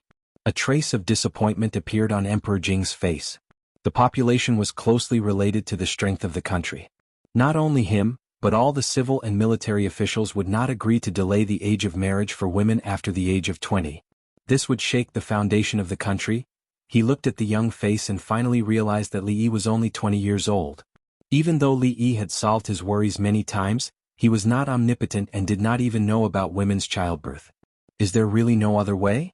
Emperor Jing sighed. It was impossible to delay the age of marriage for women until the age of 20, but it was not impossible to delay it for a few years, although there would be some resistance. Since he already knew about this, he could not sit back and do nothing. Of course, there is. Li Yi thought to himself. In ancient times, it's difficult to give birth at a young age is one of the main reasons. However, there are other factors as well. Malnutrition, inadequate hygiene, unprofessional midwives. There are too many reasons. Do you have gynecology and obstetrics? Do you know what obstetrics and nursing is? Do you know what midwifery is? Do you know the 200 nutritional recipes for pregnant women? You don't even know these. If this was in the future, the pregnant woman's family could kill a midwife with one punch if they dared to ask whether to save the mother or the child. Just now he sighed in vain. Emperor Jing covered his chest, and his breathing was slightly rapid. How long had it been since he had this impulse to hit someone? Speak. He squeezed the word through his teeth. Pay attention to hygiene, pay attention to disinfection, avoid puerperal fever and umbilical cord infection. Focus on training midwives and ensure that they are certified. Crack down on illegal midwives. Set up a medical school outside the imperial physician's office and set up a gynecology and obstetrics department for in-depth study of obstetrics knowledge. Imperial physician Lu Jimin secretly noted down Li Yi's words. He already knew what disinfection was. It was also used when stitching wounds. As for training midwives, was there anyone who knew how to give birth better than them? Lu Jimin turned his head and looked at County Uncle Li, who was still talking. Yes, there is. When Lord Li said that he didn't know how to give birth, he was probably just being humble. This was also in line with Lord Li's low-key temperament. As for setting up a medical school and gynecology department outside of the Imperial Physicians Bureau, no one in the Imperial Physicians Bureau seemed to know about this. However, Lu Jimin looked at Li Xianbo again. This isn't a problem either. Jing Di's mood had calmed down, but he looked a little absent-minded. Giving birth was a process of fighting against the heavens. There were examples of concubines in the palace dying because of difficult childbirth. Even 20 years ago the empress almost died because of this. The two princes also died shortly after birth. After 20 years, whenever he thought of these things, his heart would still feel pain. If Li Yi had told him this 20 years ago, would those things not have happened? 20 years ago, Jing Di shook his head. 20 years ago, Li Minghan was still the young master of the Li family in the capital. Naturally there wouldn't be Li Yi. This is all I know. Li Yi looked at Her Royal Highness and secretly gave her a look. He could only help her this much. Emingzu immediately stepped forward and said, "Father, although this matter is serious, there are still many women in the world who are kept in the dark. I want to hold a banquet in the palace and invite the unmarried ladies in the capital. As women they should know these things." Jing Di thought about it and said, "You can discuss this matter with your mother. After all, it was a woman's matter. It was more appropriate for the empress and the eldest princess to come forward than for him, an emperor." It was not difficult to propose a solution. The difficult part was to implement this method and make everyone accept it. Li Yi couldn't handle this matter, so he could only hand it over to Her Royal Highness. For all the women in the world this was a great merit. Her Royal Highness was already very famous in the capital. If this matter was done, she would immediately receive the support of all the women in the capital and even in the world. She would become the woman behind all the women. And he would silently be the man behind all the women behind all the women. Besides, doing perfume, underwear, cosmetics, sanitary napkins, and so on could also be regarded as a contribution to the majority of women, right? Jing Di really couldn't suppress the doubts in his heart.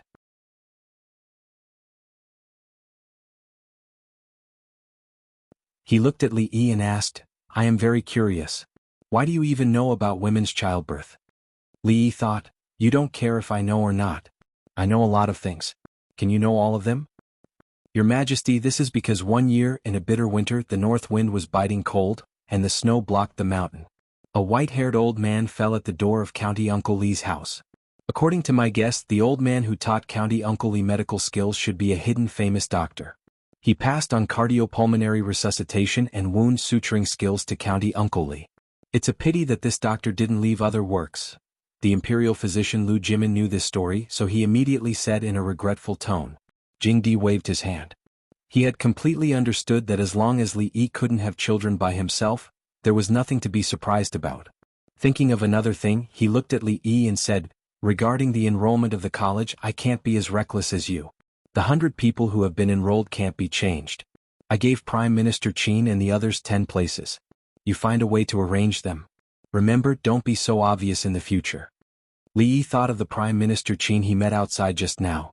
Was it this matter that he had just discussed with His Majesty in the hall? 10 places? What a big appetite. There were only 34 nobles in the capital. Yet, the King of Shu's faction wanted 10 more? From the fact that they could get 10 more places from His Majesty, it showed the influence of Prime Minister Qin and the King of Shu in the court. Did they want to use the College of Mathematics as a springboard and become a great help to the King of Shu after they finished their studies? If they got what they wanted, what was the point of doing all this? No, it was not fair. In order to get that test paper, he had stayed up for an hour more than usual. How many people had impeached him to get the result in the court that day? They wanted 10 places so casually.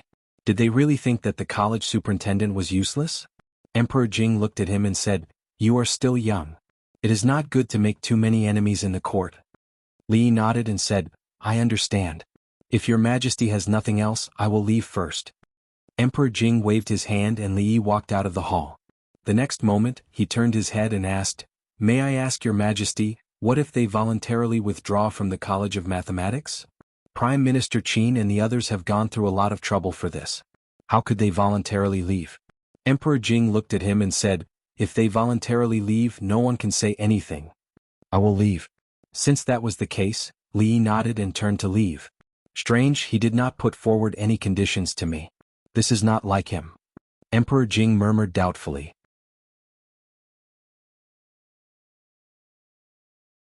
Then he shook his head and said, "After this incident, he has become a lot calmer." Changde stood behind him and opened his mouth, but in the end he did not say anything.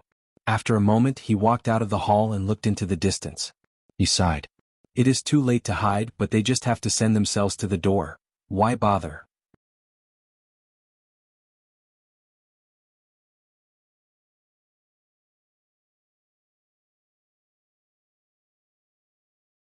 Chapter 5:16.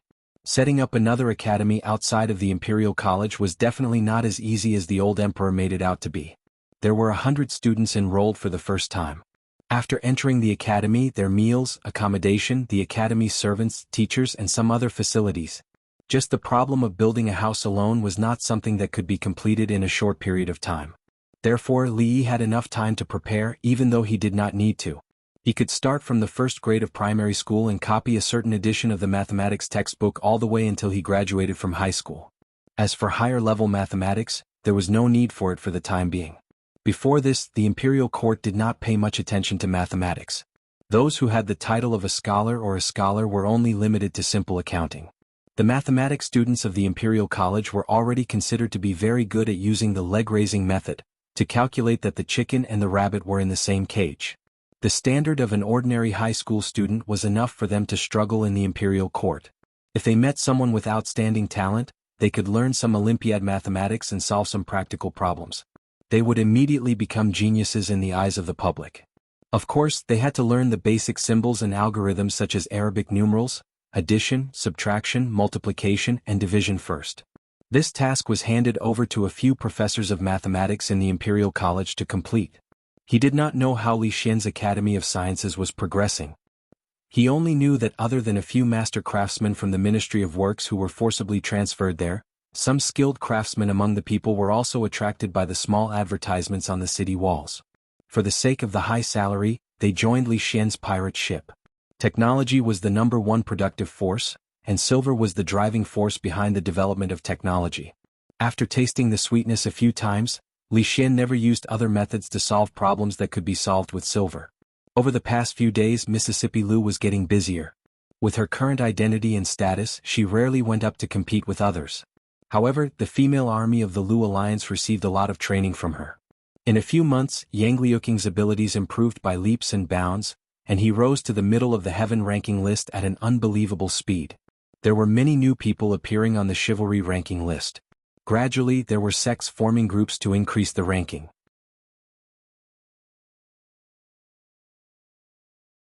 This meant that the influence of the chivalry ranking list on the martial arts world was getting bigger, and the two words Lu Alliance also appeared more and more in the eyes of the public. In the past few days, Princess Royal had been working hard to promote the new marriage law of the Jing Kingdom. First, she started from the families of the nobles and officials. Whether they were unmarried girls or married girls, they were all inspired by her and the queen. From the top to the bottom they began to spread the news. After all, those numbers were real. From the woman's point of view, it could only be described as shocking. Those who had given birth before knew how terrifying the process was. Those who had not given birth before were so scared that they did not dare to give birth. Even Rui was invited to the palace twice. When she came back and talked to Li Yi about this matter, she was obviously not in a good mood. Women are really fighting against the heavens when they give birth. After mother gave birth to Rui, her health deteriorated day by day. Not long after, she left us. Rui sat by the bed and looked slightly disappointed. She said, "I heard that there is already a highly skilled doctor who has provided a method to greatly reduce the damage that women suffer during childbirth. Although I don't know which highly skilled doctor it is, from today onwards, all women must remember his kindness." Li put his arm around her shoulder and said, "Who else could it be? Of course, it's your handsome, knowledgeable and proficient husband. It's just medical skills, it's nothing." Husband is joking again. Rui leaned on his shoulder and said with a smile, "How dare you doubt your husband?" Li whispered in her ear. Rui's body involuntarily shrank back. She blushed and said, "Yes, it's my fault.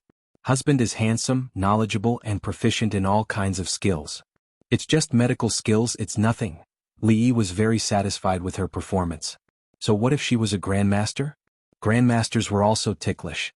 What Rui was most afraid of was him whispering into her ear. After mastering this trick, she could defeat a grandmaster with a raise of her hand and look down on the martial world. "Husband." She suddenly opened her mouth, and her voice was as soft as a mosquito. So, it's best for me to give birth in 2 years? Li was still curious about why she suddenly became shy. He heard her words and said, yes, we can wait for 2 years. But now we can familiarize ourselves with the process. Husband, it's still daytime, so what if it's daytime? The law of the Jing kingdom doesn't stipulate that we can't give birth during the day. Husband, someone is coming. You still want to lie to me. Rui will only come back at night. Xiao Huan just went to the street with them. Who else can come here? Husband, someone is really coming. There was a knock on the door. Li walked over in embarrassment and anger.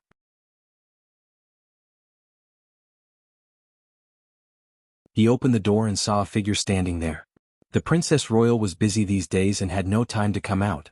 He didn't know what magic potion the proud Lolita had fed Emperor Jing, but he actually allowed her to stay outside the palace for a short time. Of course, the premise was that she had to be with Yongning, which meant that she had to stay here. Li would rather not have this premise. What now? Li looked at the proud Lolita helplessly. Since she came, he didn't even have time to go to the toilet. Wasn't she playing with Yongning in the room just now? Why did she come out again? The proud Lolita's face was pale and her voice was trembling. She looked at Li Yi and said, You come with me. Seeing her like this, Li Yi was shocked. What was going on? What could have scared her to this extent? Could it be that someone was bullying her? Impossible. She was the only one who could bully others here. Who could bully her? The proud Lolita pulled Li Yi's sleeve and took him to her room. She closed the door and turned around. She couldn't control herself anymore and burst into tears. I'm going to die. The proud Lolita cried very sadly. She was heartbroken and her face was full of tears. Li was really worried that a few old men in gray clothes would break the door and punish him on the spot as a criminal who molested the princess. What happened? Don't cry. Tell me slowly. Li squatted down and wiped away her tears. The proud Lolita sobbed for a while and choked. I'm bleeding there. Am I going to die? I haven't eaten ice cream yet. I haven't eaten cake yet. I haven't married you yet. Stop. She was still thinking about eating at a time like this. Li looked at her and asked doubtfully, Where is it bleeding? Did you fall on the slide? Let me see, where did you fall? The proud Lolita's pale face suddenly flushed. She pointed at her skirt and said, There. Li's gaze followed the direction she pointed. After a moment of shock, he only felt his vision go black and fell backward. She almost scared me to death. It was just the first time a girl met a relative in her life. She was about to turn from a little girl to a big girl. Rui, you come in for a moment? A moment later, Li opened the door and helplessly waved at Rui, who was standing in the yard. The proud Lolita hid behind him. The red clouds on her pretty face burned all the way to her ears.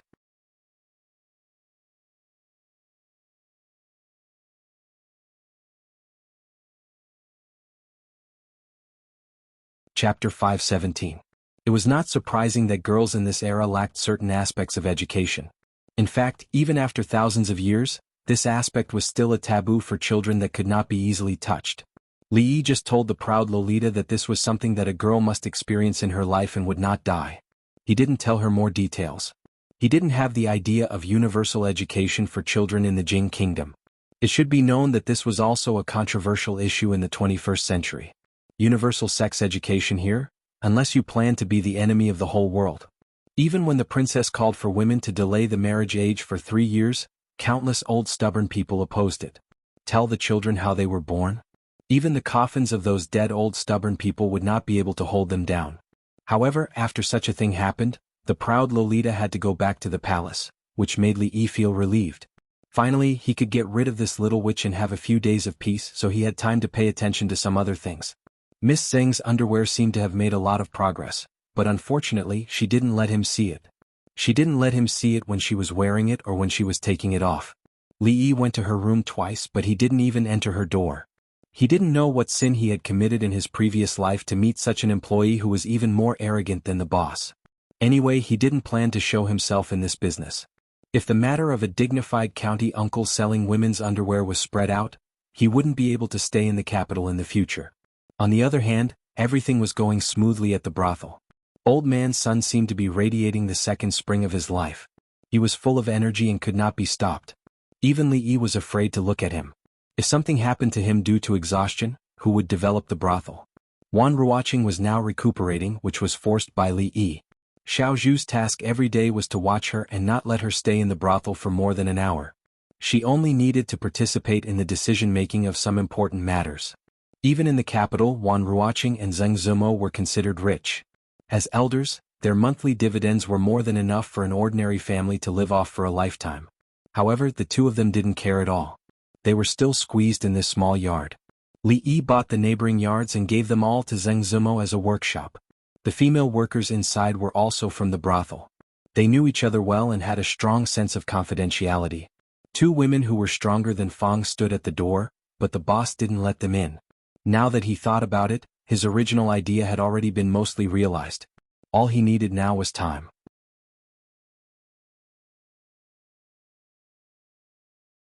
Today he had to go to the palace to discuss with Lu Jimin about the establishment of the medical school. Her Royal Highness was fighting on the front line to save her fellow women.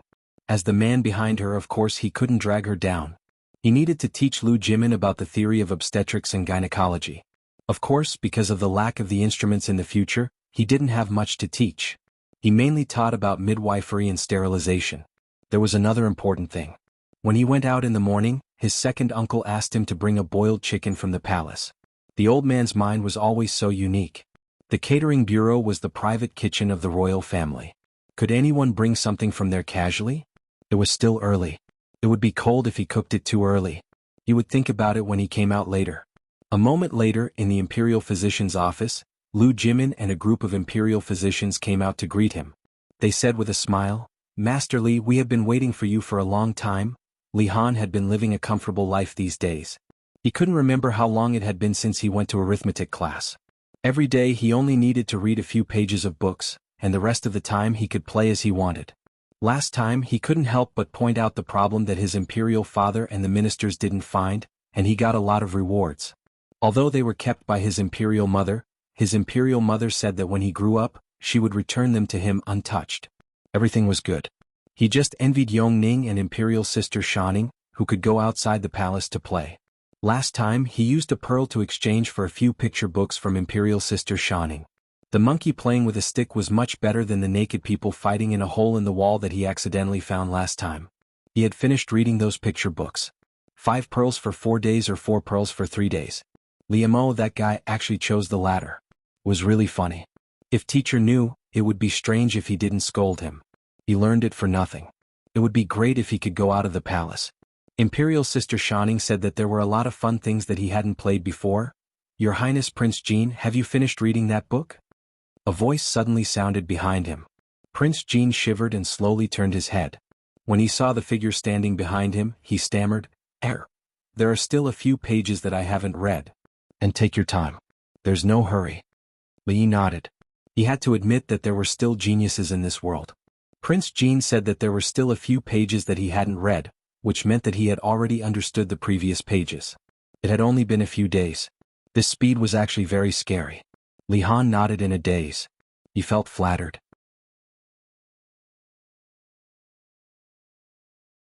Teacher was actually so kind today? Li looked at him and asked, "Do you know that His Majesty wants the princess to study in the Mathematics Academy?" Prince Jean nodded. "Learn addition and subtraction within 10 with them?" Li asked again. Prince Jean nodded again but then shook his head violently. He had stopped learning addition and subtraction within 10 months. It was childish. In his opinion, there was nothing more childish than addition and subtraction within 10. "How about you teach them?" Li guided him patiently. Teach who?" Prince Jean asked. Perhaps the teacher was unexpectedly gentle today, so he asked. Li looked at him and said, "Consider them the new students of the Mathematics Academy." Prince Jean was stunned for a moment. Then he shook his head repeatedly. "No, I can't. How can I teach others? It's too difficult." Although Prince Jean was only a 10-year-old child, he had no problem teaching students who had never been exposed to the new mathematics. "Is it difficult?" Li looked at him and asked, "Compared with the book you are reading now, which one is more difficult?" "It's difficult to teach others," Prince Jean said hesitantly. "How difficult?" Li couldn't give up on this little fatty. He didn't plan to be a supervisor of the academy for the rest of his life. When Prince Jean was able to take charge, he could retire in peace. However, according to the current situation, the little fatty still had a long way to go before he could take charge of the academy. "It's difficult," Prince Jean said while gritting his teeth. Fatty must die. It may be heavier than Mount Tai or other mountains. Li Yi patted him on the shoulder and said, which mountain do you want it to be heavier than? Mount Tai or other mountains. What's the difference? Prince Jin's fat face showed some confusion. Mount Tai is the head of the 5 mountains. It's heavier than other mountains. Li Yi looked at him and said, there are valuable deaths and useless deaths. Besides, I'm not asking you to die. Think about it. If you become a teacher, you will be the superintendent of the Mathematics Academy, and you will decide how many little red flowers you will get. If anyone disobeys you, you will beat him with a board. If you don't like someone, you will give him a hard time. If I don't like someone, I will give him a hard time? Prince Jin's eyes lit up. You are the superintendent of the Mathematics Academy. Everything is up to you. You can give people a hard time, even if they are teachers of the Mathematics Academy. Li Yi nodded. Prince Jin looked up at Li Yi with a strange light flashing in his eyes. Okay.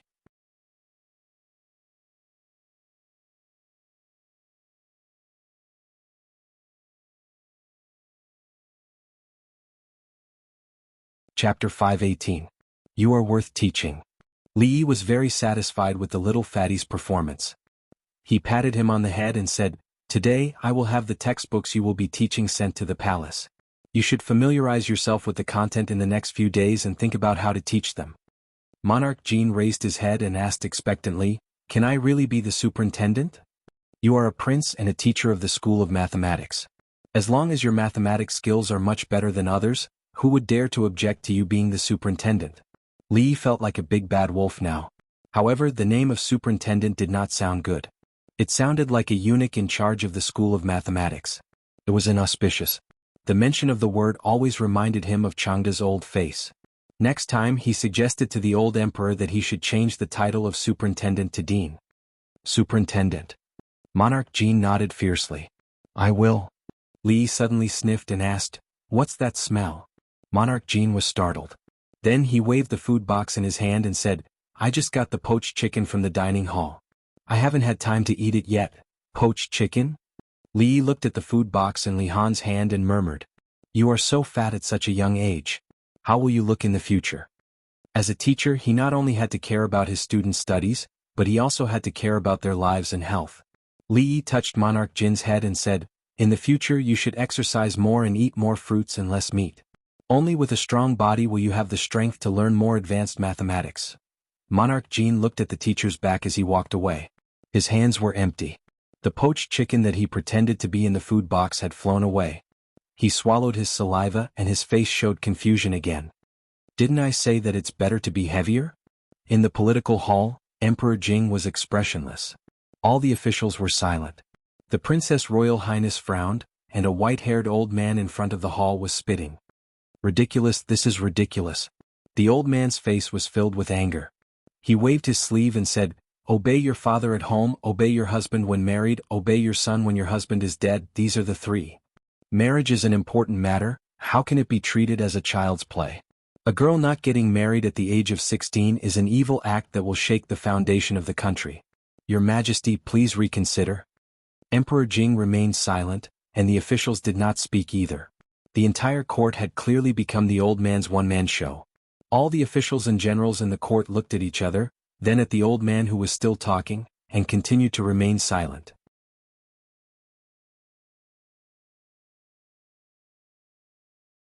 The Empress and Her Royal Highness the eldest princess asked for permission for the women to delay the age of marriage until after the age of 16.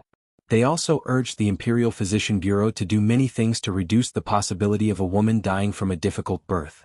This matter had already spread throughout the entire capital. From the noble ladies to the common women, there was no one who was not grateful. Her Royal Highness the eldest princess had an unparalleled reputation among the women of the capital. Even they shuddered when they saw the statistics. Women giving birth was the gate of death. This was a well-known fact. However, no one had thought that the crux of the matter was the age of childbirth. The population was important, but this matter involved the Empress and the eldest princess. Even the Emperor seemed to have a tacit attitude. Other than those highly respected scholars who dared to say anything. Besides, who didn't have a girl in their family? One wrong word and the women in the family would probably rebel. Shaking the foundation of the country? Isn't great scholar Han being too alarmist? Emingzi looked at the old man and said in a cold voice, "When a woman gets married at the age of 13, 3 or 4 out of 10 will die from a difficult birth. If it is delayed by 3 years, it will be reduced to less than 10%. If it is supplemented by the scientific midwifery methods of the Imperial Physician Bureau, it will be even lower. If this is carried out, how many less women will there be in the world? Besides, after this is carried out, it can also encourage women of the right age to have more children. The court will give additional subsidies to increase the population. How can this shake the foundation of the country?" Because she knew that this matter would encounter a lot of resistance, Emingzi had already made preparations before entering the court. If something goes wrong without confirmation, who can bear the responsibility? Great scholar Han faced Emperor Jing and said loudly, "Women are not allowed to participate in politics. This is an ancestral rule. How can women talk nonsense in the court?"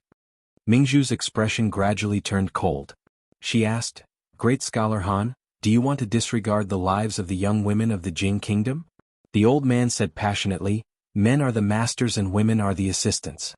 It is the duty of a woman to bear children for her husband and carry on the family line for her husband. The royal family should set an example for the world. Why is Her Royal Highness unmarried at the age of 18? Is this the example of the royal family?" One was the eldest princess of the court, and the other was a famous scholar. The two of them opposed each other fiercely and did not give in to each other. The court officials looked at each other. Although the princess was a woman, she did not lose to a man in terms of toughness.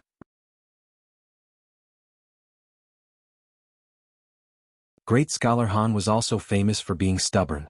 He had repeatedly obstructed the emperor's new policies. Even the two prime ministers lowered their heads and did not speak. There was no one else who dared to reprimand the royal family in the court like this except for him. "Are you saying that I, a woman, was born to be a tool to carry on the family line, and a woman's life is not important?" Mingzhu's eyes flashed coldly as she looked at the old man and asked. The old man said righteously, "For the sake of the country, what's wrong with making some sacrifices?" "Old thing, say one more word." Under the gaze of Emperor Jing and the officials, the eldest princess pointed at Great Scholar Han's nose and said something that made everyone dumbfounded. Great Scholar Han's face was pale, and his lips were trembling. As a great scholar, he was called an old thing by a princess in front of the emperor and the court officials. Among the great scholars of the Jing kingdom besides him, who else had such treatment? As a princess, how can you say such filthy words?" His body was trembling and his voice was also trembling. Her Highness did not say a word and walked straight to Great Scholar Han's side. Emperor Jing's expression suddenly changed and he said, Quickly stop Emingzi." By the time they realized that something was wrong, the guards had already come in from outside the door. Everyone knew Her Highness's temper. Although she was usually gentle and humble, if she was really angry, it was possible that she would kill Great Scholar Han with a sword in the court. Fortunately, weapons were not allowed in the Golden Hall. A guard stood in front of Emingzi and said in panic, "Your Highness, you can't." Then he stopped in his tracks as if he remembered something and looked at the saber at his waist. Coincidentally, Emingzi also looked in that direction. Swoosh! A silver stripe flashed, and the court officials only saw a bright light in front of them. Great Scholar Han fell to the ground on his butt. His hair was messy and his bun was untied. His white hair danced in the air. Some of the court officials' legs were already trembling. Her Highness, she really dared to do it.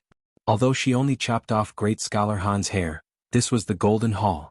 Emperor Jing stood up from the dragon throne, rubbed his eyebrows and said, "We will discuss this matter tomorrow. Someone come, take Her Highness away, and summon the Imperial Physician." Great Scholar Han was supported to the Imperial Physician's office, and Her Highness was also taken away.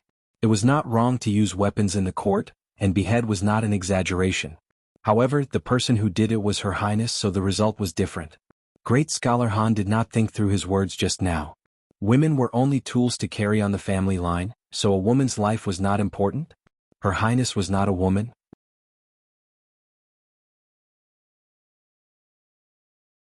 Her Majesty the Empress was not a woman? Great Scholar Han's mother was not a woman? No one knew how His Majesty would punish Her Highness, but Great Scholar Han's nightmare had just begun. Thinking of Her Highness's influence among the women in the capital, everyone's heart trembled. Emperor Jing's face was gloomy, the officials whispered, and the censors rubbed their palms. The court was in a mess because of Her Highness's stunning saber strike. Pfft! Li Yi spat all the water in his mouth onto Li Xian's face. He asked in shock. What did you say? Emingzu killed great scholar Han in the court?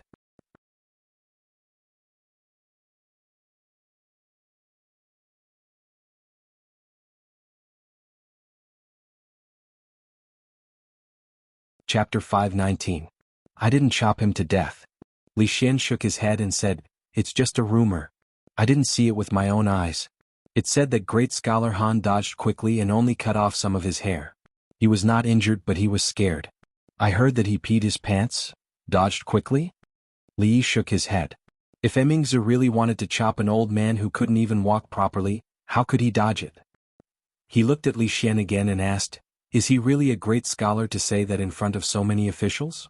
Li Xian thought about it and said, Great Confucian Han has some knowledge, but he's very stubborn and inflexible. He's conservative and has criticized Uncle Huang's decrees many times. Although it was proven that he was wrong in the end, this bad habit of his never changed. But this time he obviously chose the wrong person. You don't know that when King of Shu and several princes were young, they secretly cut off a strand of Mingzhu's hair. She broke 2 of King of Shu's ribs in front of concubine Shui. None of those princes were left behind. They still avoid her when they see her. Li Yi shook his head. Even an old man had to be smart. It was normal for women to have a low social status in this society, but not everything could be said. In order to control her marriage, Her Royal Highness had just awakened her feminist consciousness. She would kill anyone who stood in her way. The old man actually dared to mention why she was not married in the court. Wasn't he tired of living? It seemed that the level of the great scholar in the Jing kingdom was really uneven. It was not that one could be called a great scholar after reading more books and being a little older. They should really set up an assessment system for the great scholar. Those who were unqualified would have their licenses revoked, those who didn't have a license would have been arrested, and those who had a license would have their licenses revoked again. Where's the princess? She hasn't been arrested and sent to the Supreme Court, has she? Li Yi turned to ask Li Xian. The social impact of attacking a great scholar in the Golden Palace in front of the emperor and all the civil and military officials was too serious. It was much more serious than the last time he beat King of Shu. Li Xian shook his head and said, No, Uncle Huang grounded her in the morning dew hall. Li Yi was stunned. Wasn't the morning dew hall Mingzhu's bedroom? What was the difference between this and no punishment? Is there no objection from the imperial court? Yes, the imperial court is about to fall into chaos. Li Xian said helplessly, The eldest princess of a country injured someone in the Golden Palace. The imperial censors are going crazy. The memorials to impeach her are like snowflakes. So be it. Li Yi used his own experience to understand that the so-called impeachment was just a quarrel between some unimportant people.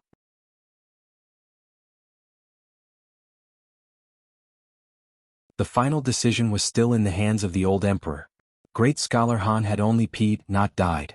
What could the old emperor do to his daughter? I still have to think of something.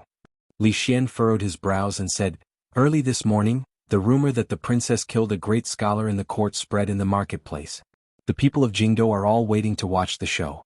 If this continues, it will not be good for her. Once the rumor spreads, even Uncle Huang will not be able to blindly protect her. Rumor? Li Yi pursed his lips. The expression on his face was somewhat disdainful. For most of the people in Jianghu, today was still a very ordinary day. They woke up early and were busy. When they had time, they would go to the brothel to listen to the opera and songs. If they had the time, they would go to the brothel to relax. The girls in the jadeite courtyard were getting better and better at having fun. The way they dressed and the way they moved made one forget to go home. If it weren't for the explosive news from the palace, this kind of ordinary life would continue. Her Highness the eldest princess attacked great scholar Han in court. Her Highness the eldest princess cut off great scholar Han's hair in the Golden Palace. Her Highness the eldest princess cut off great scholar Han's head in front of the emperor and all the officials in court. Her Highness the eldest princess killed great scholar Han in court this morning. News related to the royal family had always been the focus of the people's attention. When this news came out, the entire Jianghu immediately went into an uproar. It was impossible for ordinary people to come into contact with the affairs of the royal family and the royal family. Once the words princess, court, and murder were spread, it became #eldest princess murder in court #. With its own repost topic, it instantly spread throughout Jianghu. This must be fake. Murder in court? How is that possible? That's right. How could the eldest princess murder someone?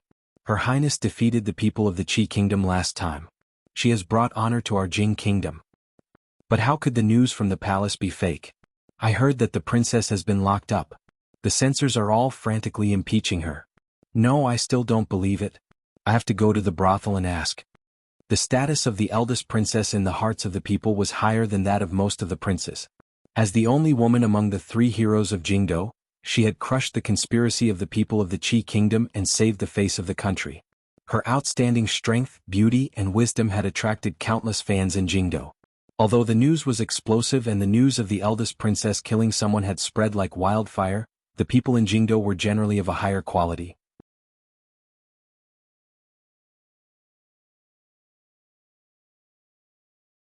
They would have their own judgment when they encountered something, let alone such a thing that sounded like a fantasy story. For them, how to distinguish between rumors and facts, they only needed to go to the brothel and listen. We don't produce rumors, we're just the transporters of facts. This was the principle of some of the brothels in the capital. Compared to the black brothels that talked nonsense and used rumors and sex to attract people, those brothels were simply a clean stream. Because they never believed in rumors and didn't spread rumors, the storytellers often criticized the evils of the times with reason and evidence. Gradually, they gained the trust of the people in the capital. Not long after, someone came out of the brothel with a look of realization on his face. So that's how it is. Great scholar Han didn't die. He just wet his pants out of fear. Her Highness did use a knife, but if she was a woman, she probably couldn't help but hack that so-called great scholar to death, right? No matter what, it is taboo to use weapons in the court. Her Highness is in big trouble this time. Rumors were rumors after all. Some people came out of the brothel, and at the same time, some people learned the truth from other channels. Great scholar? How dare he say such things? Her Majesty the Empress is also a woman, and so is great scholar Han's mother. Does he have the guts to say such things in front of them? A tea seller on the street shook his head and said, "Damn it, Her Majesty the Divine Empress is also a woman. How dare that Han insult Her Majesty?" On the street, a young man in ragged clothes but with a sharp gaze cursed in a low voice. Why do I feel that he is right? What are women for if they don't bear children? In a butcher's shop, the butcher had just said one sentence when he felt a sharp pain in his waist. He was kicked out of the shop. The ground shook a few times, and the mountain-like woman walked out of the shop with a furious expression. "You heartless person. So this old lady was born to bear children for you." The butcher's expression changed a few times and he hurriedly explained, No, listen to my explanation." I won't listen. The woman shook her head fiercely, and the flesh on her body trembled. She angrily cursed, "This old lady's life isn't important.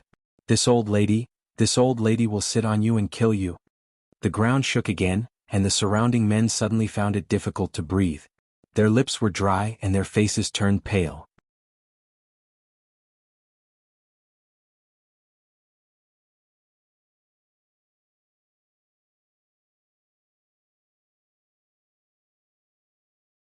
Chapter 520. Tell me, how could Her Royal Highness kill people? Is she still a woman? The hunchbacked old woman walked along the wall with a basket in her hand. She shook her head and sighed. She had just heard the news when she was buying groceries. She heard that people's heads were chopped off and rolled a few feet away. Even Qin Xiang's face was covered in blood. It was scary just thinking about it. When she walked to a certain place, she was blocked by the crowd. She saw a group of young girls gathered around the wall. They stuck their heads out and chattered about something. "What's going on?" The old woman pulled a young woman and asked. "It's Grandma's son." The young woman looked inside and said, "It's the government's notice. It says that it's best for us women to have children after the age of 16. Otherwise it's easy to have a difficult birth. I heard that 3 out of 10 women who have children at the age of 13 or 14 don't survive." The woman touched her chest and said with lingering fear, "Isn't that right? I remember when I gave birth to our Ming-er, I was only 14. I was half a step into the gates of hell. It wasn't easy to save my life and I was sick for half a year. Look at that girl from the Qin family. She only got married at 18, and only gave birth 3 years after she got married. She was laughed at because of this, but other people can walk the next day after giving birth. Her Royal Highness is still the best. She spoke for us women. She said that we can only get married after the age of 16 so that we can have a good birth. She also asked the imperial doctor to help us think of a way. In the future it won't be so scary to have children. Unlike that guy surnamed Han. He said that the role of us women is to give birth to children. Her Royal Highness was so angry that she took a knife to scare him. She was even locked up by His Majesty. Tell me, why is there no reason for us women in this world? She wanted to say something more but was pulled by the people next to her. A woman came over and whispered, "Don't talk too much, Grandma Son. Grandma Son's 13-year-old daughter died a few days ago due to a difficult birth." Ah! The woman's expression changed and she didn't dare to speak anymore. The old woman stood there in a daze. The basket in her hand fell to the ground. After a moment, a cry suddenly came from the crowd. "My poor Lian. My Xiaofeng just got pregnant a few days ago. She's only 13. At the edge of the crowd, another woman's expression changed. For the men of the capital, today was destined to be an unforgettable day. He did not know why his wife, who was usually gentle and virtuous, had a sorrowful expression on her face today. She did not speak much. She was usually irritable and easily angered, but today she became even more severe.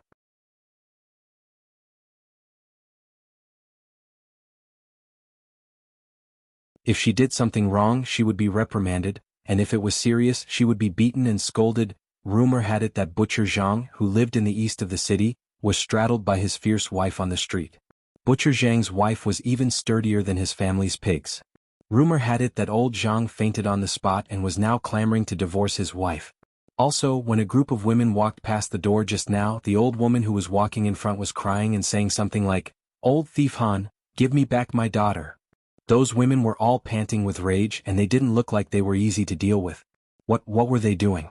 Could it be that old thief Han had defiled this old woman's daughter, and she was going to go to his door to seek justice? This was really going to be a good show to watch. Thus, many people walked out of their homes and followed those women. In the indoor playground of the Li residence, Fang was bare-chested, and with one hand he was rocking the improved rocking car. His face was not red and he was not panting. The palace guard outside the door stared at him with his eyes wide open. He had tried that thing before and it required 2 hands to swing it with great difficulty. It didn't take long before he couldn't stand it anymore, but this man, this arm strength, if he were to hit him with a punch, even a black bear would die. Fang had been rocking the rocking car with one hand for almost an hour. This was his daily homework. Even if the little girl wasn't here, he could casually throw a heavy object on the car, and he would be rocking it for several hours. At this moment, the expression on his face was somewhat gloomy. His wife, old Su's wife, and a few others went to the streets to buy jewelry, and when they came back, it was as if they had changed into different people. The way they looked at him was a little strange. If he hadn't sneaked away early, he would have been chased out of the house by his wife with a broom in hand, just like old Su. Could it be that she found out that I hid some money to buy bracelets for Little Red? Just as Fang was panicking, a few servant girls in the residence also gathered together and whispered, "I heard that women can only have children after the age of 16. Is that true?" A servant girl gossiped. Another servant girl curled her lips and said, "Nonsense. I have a distant cousin who got married at the age of 13 and gave birth a few months later." "Is it okay? I heard that it's not good for women to have children too early, and it's easy for them to suffer from chronic diseases," a servant girl said. That servant girl shook her head and said, "The chronic diseases didn't. It's just that she died because of a difficult birth." Xiao Huan hid behind them with a pale face. Hearing this, she couldn't listen anymore. She coughed lightly and said, "What are you all doing here? Hurry up and go to work."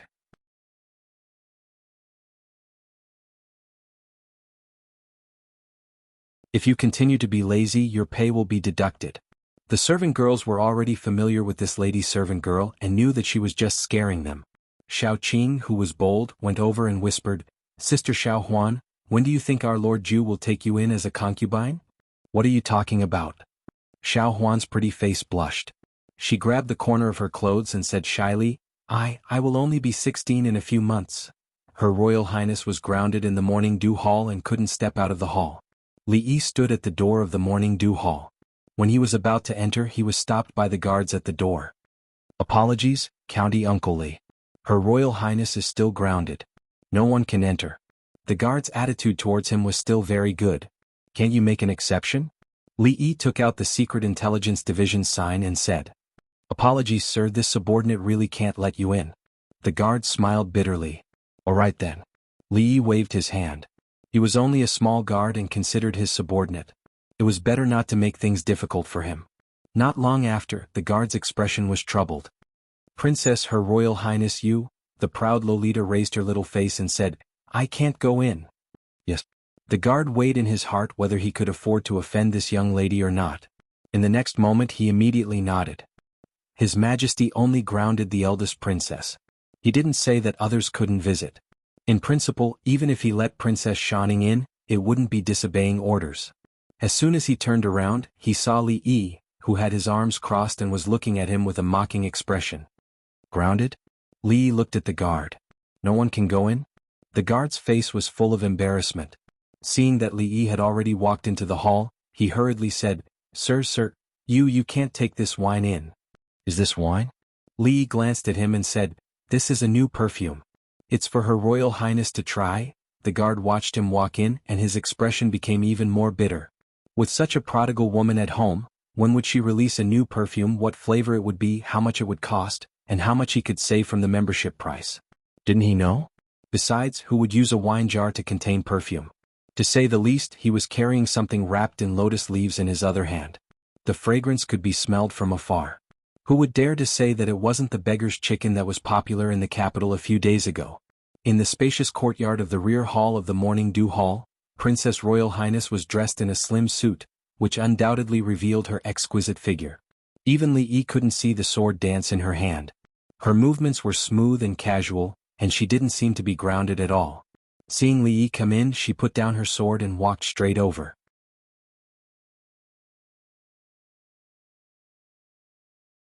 She took the wine jar in his hand, opened it, and raised her head to drink it. "It's not easy to take egg-fried rice. Just make do with it." Li Yi tore off a chicken leg and handed it to her. The other one had already been snatched by the proud Lolita. Since she learned from Li Yi that she wouldn't get fat no matter how much she ate these days, her mouth was rarely idle.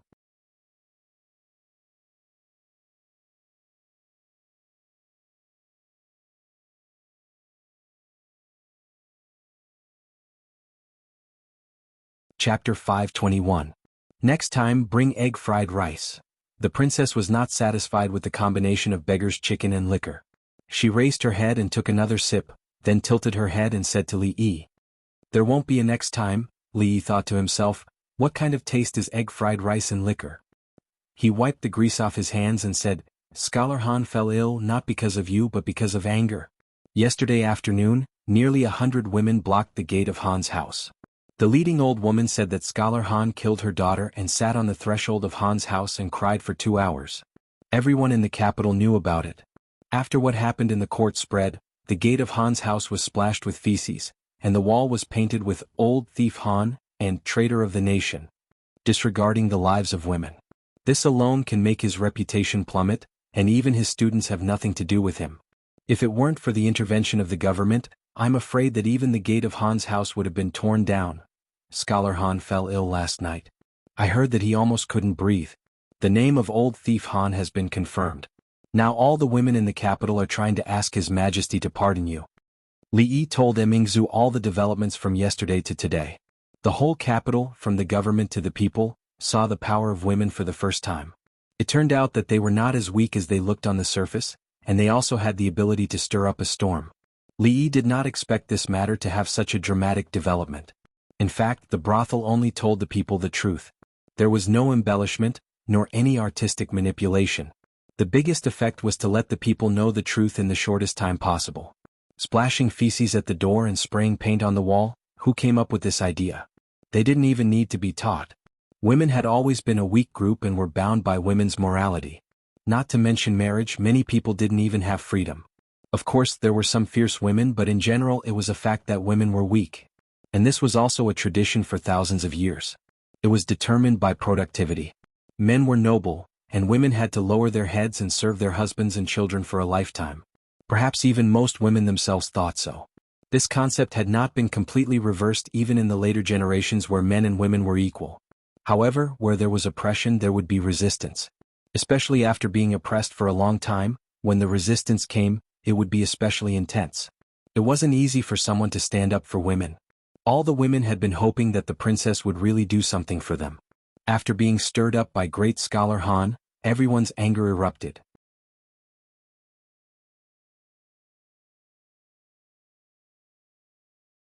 Hundreds and thousands of years of repression erupted, and something called women's rights began to awaken. Now that things had developed to this point, it was no longer just a matter of early marriage. Emingzu put down the wine jar and wiped her mouth in a magnanimous manner. Having such a stubborn old man in the imperial court will only bring more harm than good. At this moment the imperial court is probably in an uproar. Not only the ordinary women, but the women of the noble families are also complaining. They are all going to the empress to remonstrate.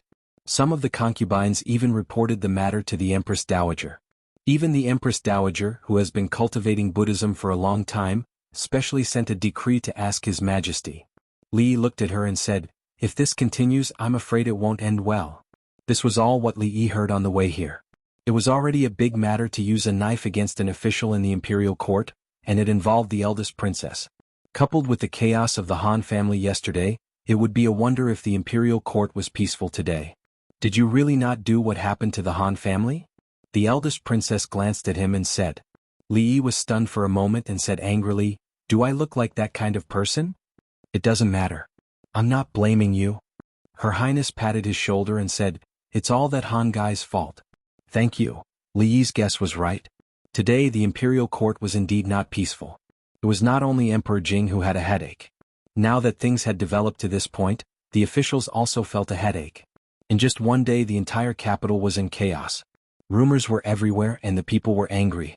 How His Majesty punished the eldest princess was no longer the important point. The important point was that if this went on, something big would happen. An old man held a ceremonial tablet and said righteously, "Your Majesty, the eldest princess has no regard for the law. In the imperial court, she publicly committed violence and assassinated an official in front of the civil and military officials and His Majesty. This behavior is so vile that it will not appease the people if she is not severely punished." All the officials shook their heads. Even now he was still holding on to this matter. Did this old man not understand the situation? Great Scholar Han had already been cursed by the people. The problem now was not how to punish the eldest princess, but how to appease the people's anger. Great Scholar Han's words yesterday had completely pushed the imperial court to the opposite side of the people. The purpose of women's existence was to give birth? The lives of women were not important? Otherwise, why would the imperial court insist on early marriage and early childbirth, knowing that women could easily die from dystocia if they married early? Did the imperial court not see women as human beings?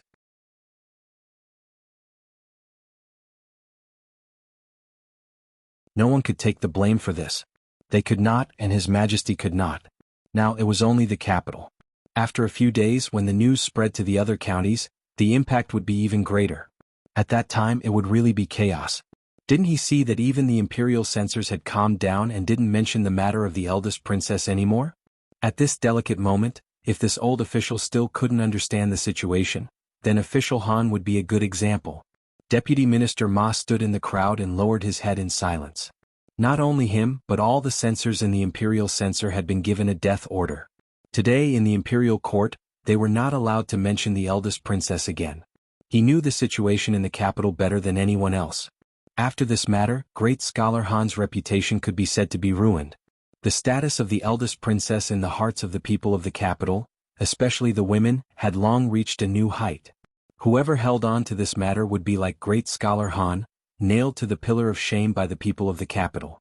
He did not want to experience the feeling of being hated by the people a second time. Just when the court officials were abnormally quiet, a figure walked out. "Your Majesty, the only thing we can do now is to appease the people first, then we can discuss other things." Prime Minister Qin raised his head and slowly said. Prime Minister Qin's words are reasonable. I second it. The old man who had just spoken had long been forgotten. After Prime Minister Qin took the lead, the court officials stood up one after another. They avoided talking about the eldest princess and pulled the topic back to the main point they should be concerned about. Emperor Jing took a deep breath. Regarding this matter, my dear officials, do you have any suggestions? I think that the eldest princess's remonstrance yesterday was very reasonable. Prime Minister Qin said, although it is important to increase the population, we cannot disregard the lives of women because of this. Moreover, Her Highness has already given us a way to solve both problems. The people of the capital are already angry, and the implementation of this system cannot be delayed. Prime Minister Qin and Prime Minister Shen were the heads of all the officials. Prime Minister Shen was low-key and rarely spoke out unless it was a big matter. Most of the officials followed Prime Minister Qin. Following the Prime Minister, they would not make a big political mistake, right? As soon as Prime Minister Qin said this, countless people agreed. Seeing that everyone seemed to have a tacit understanding to avoid the eldest princess, it was indeed not the right time to mention it again. Emperor Jing, who originally wanted to easily let this matter go, had no choice but to suppress this idea. You're tuning in to the Han Li's Wuxia Adventures YouTube channel. We're so grateful for your support, and don't forget to subscribe to join us on this incredible journey through captivating stories. Your generosity through donations truly makes a world of difference, as it's the primary source of revenue that allows me to expand and enhance this channel for you. Thank you from the bottom of my heart for being a part of this adventure.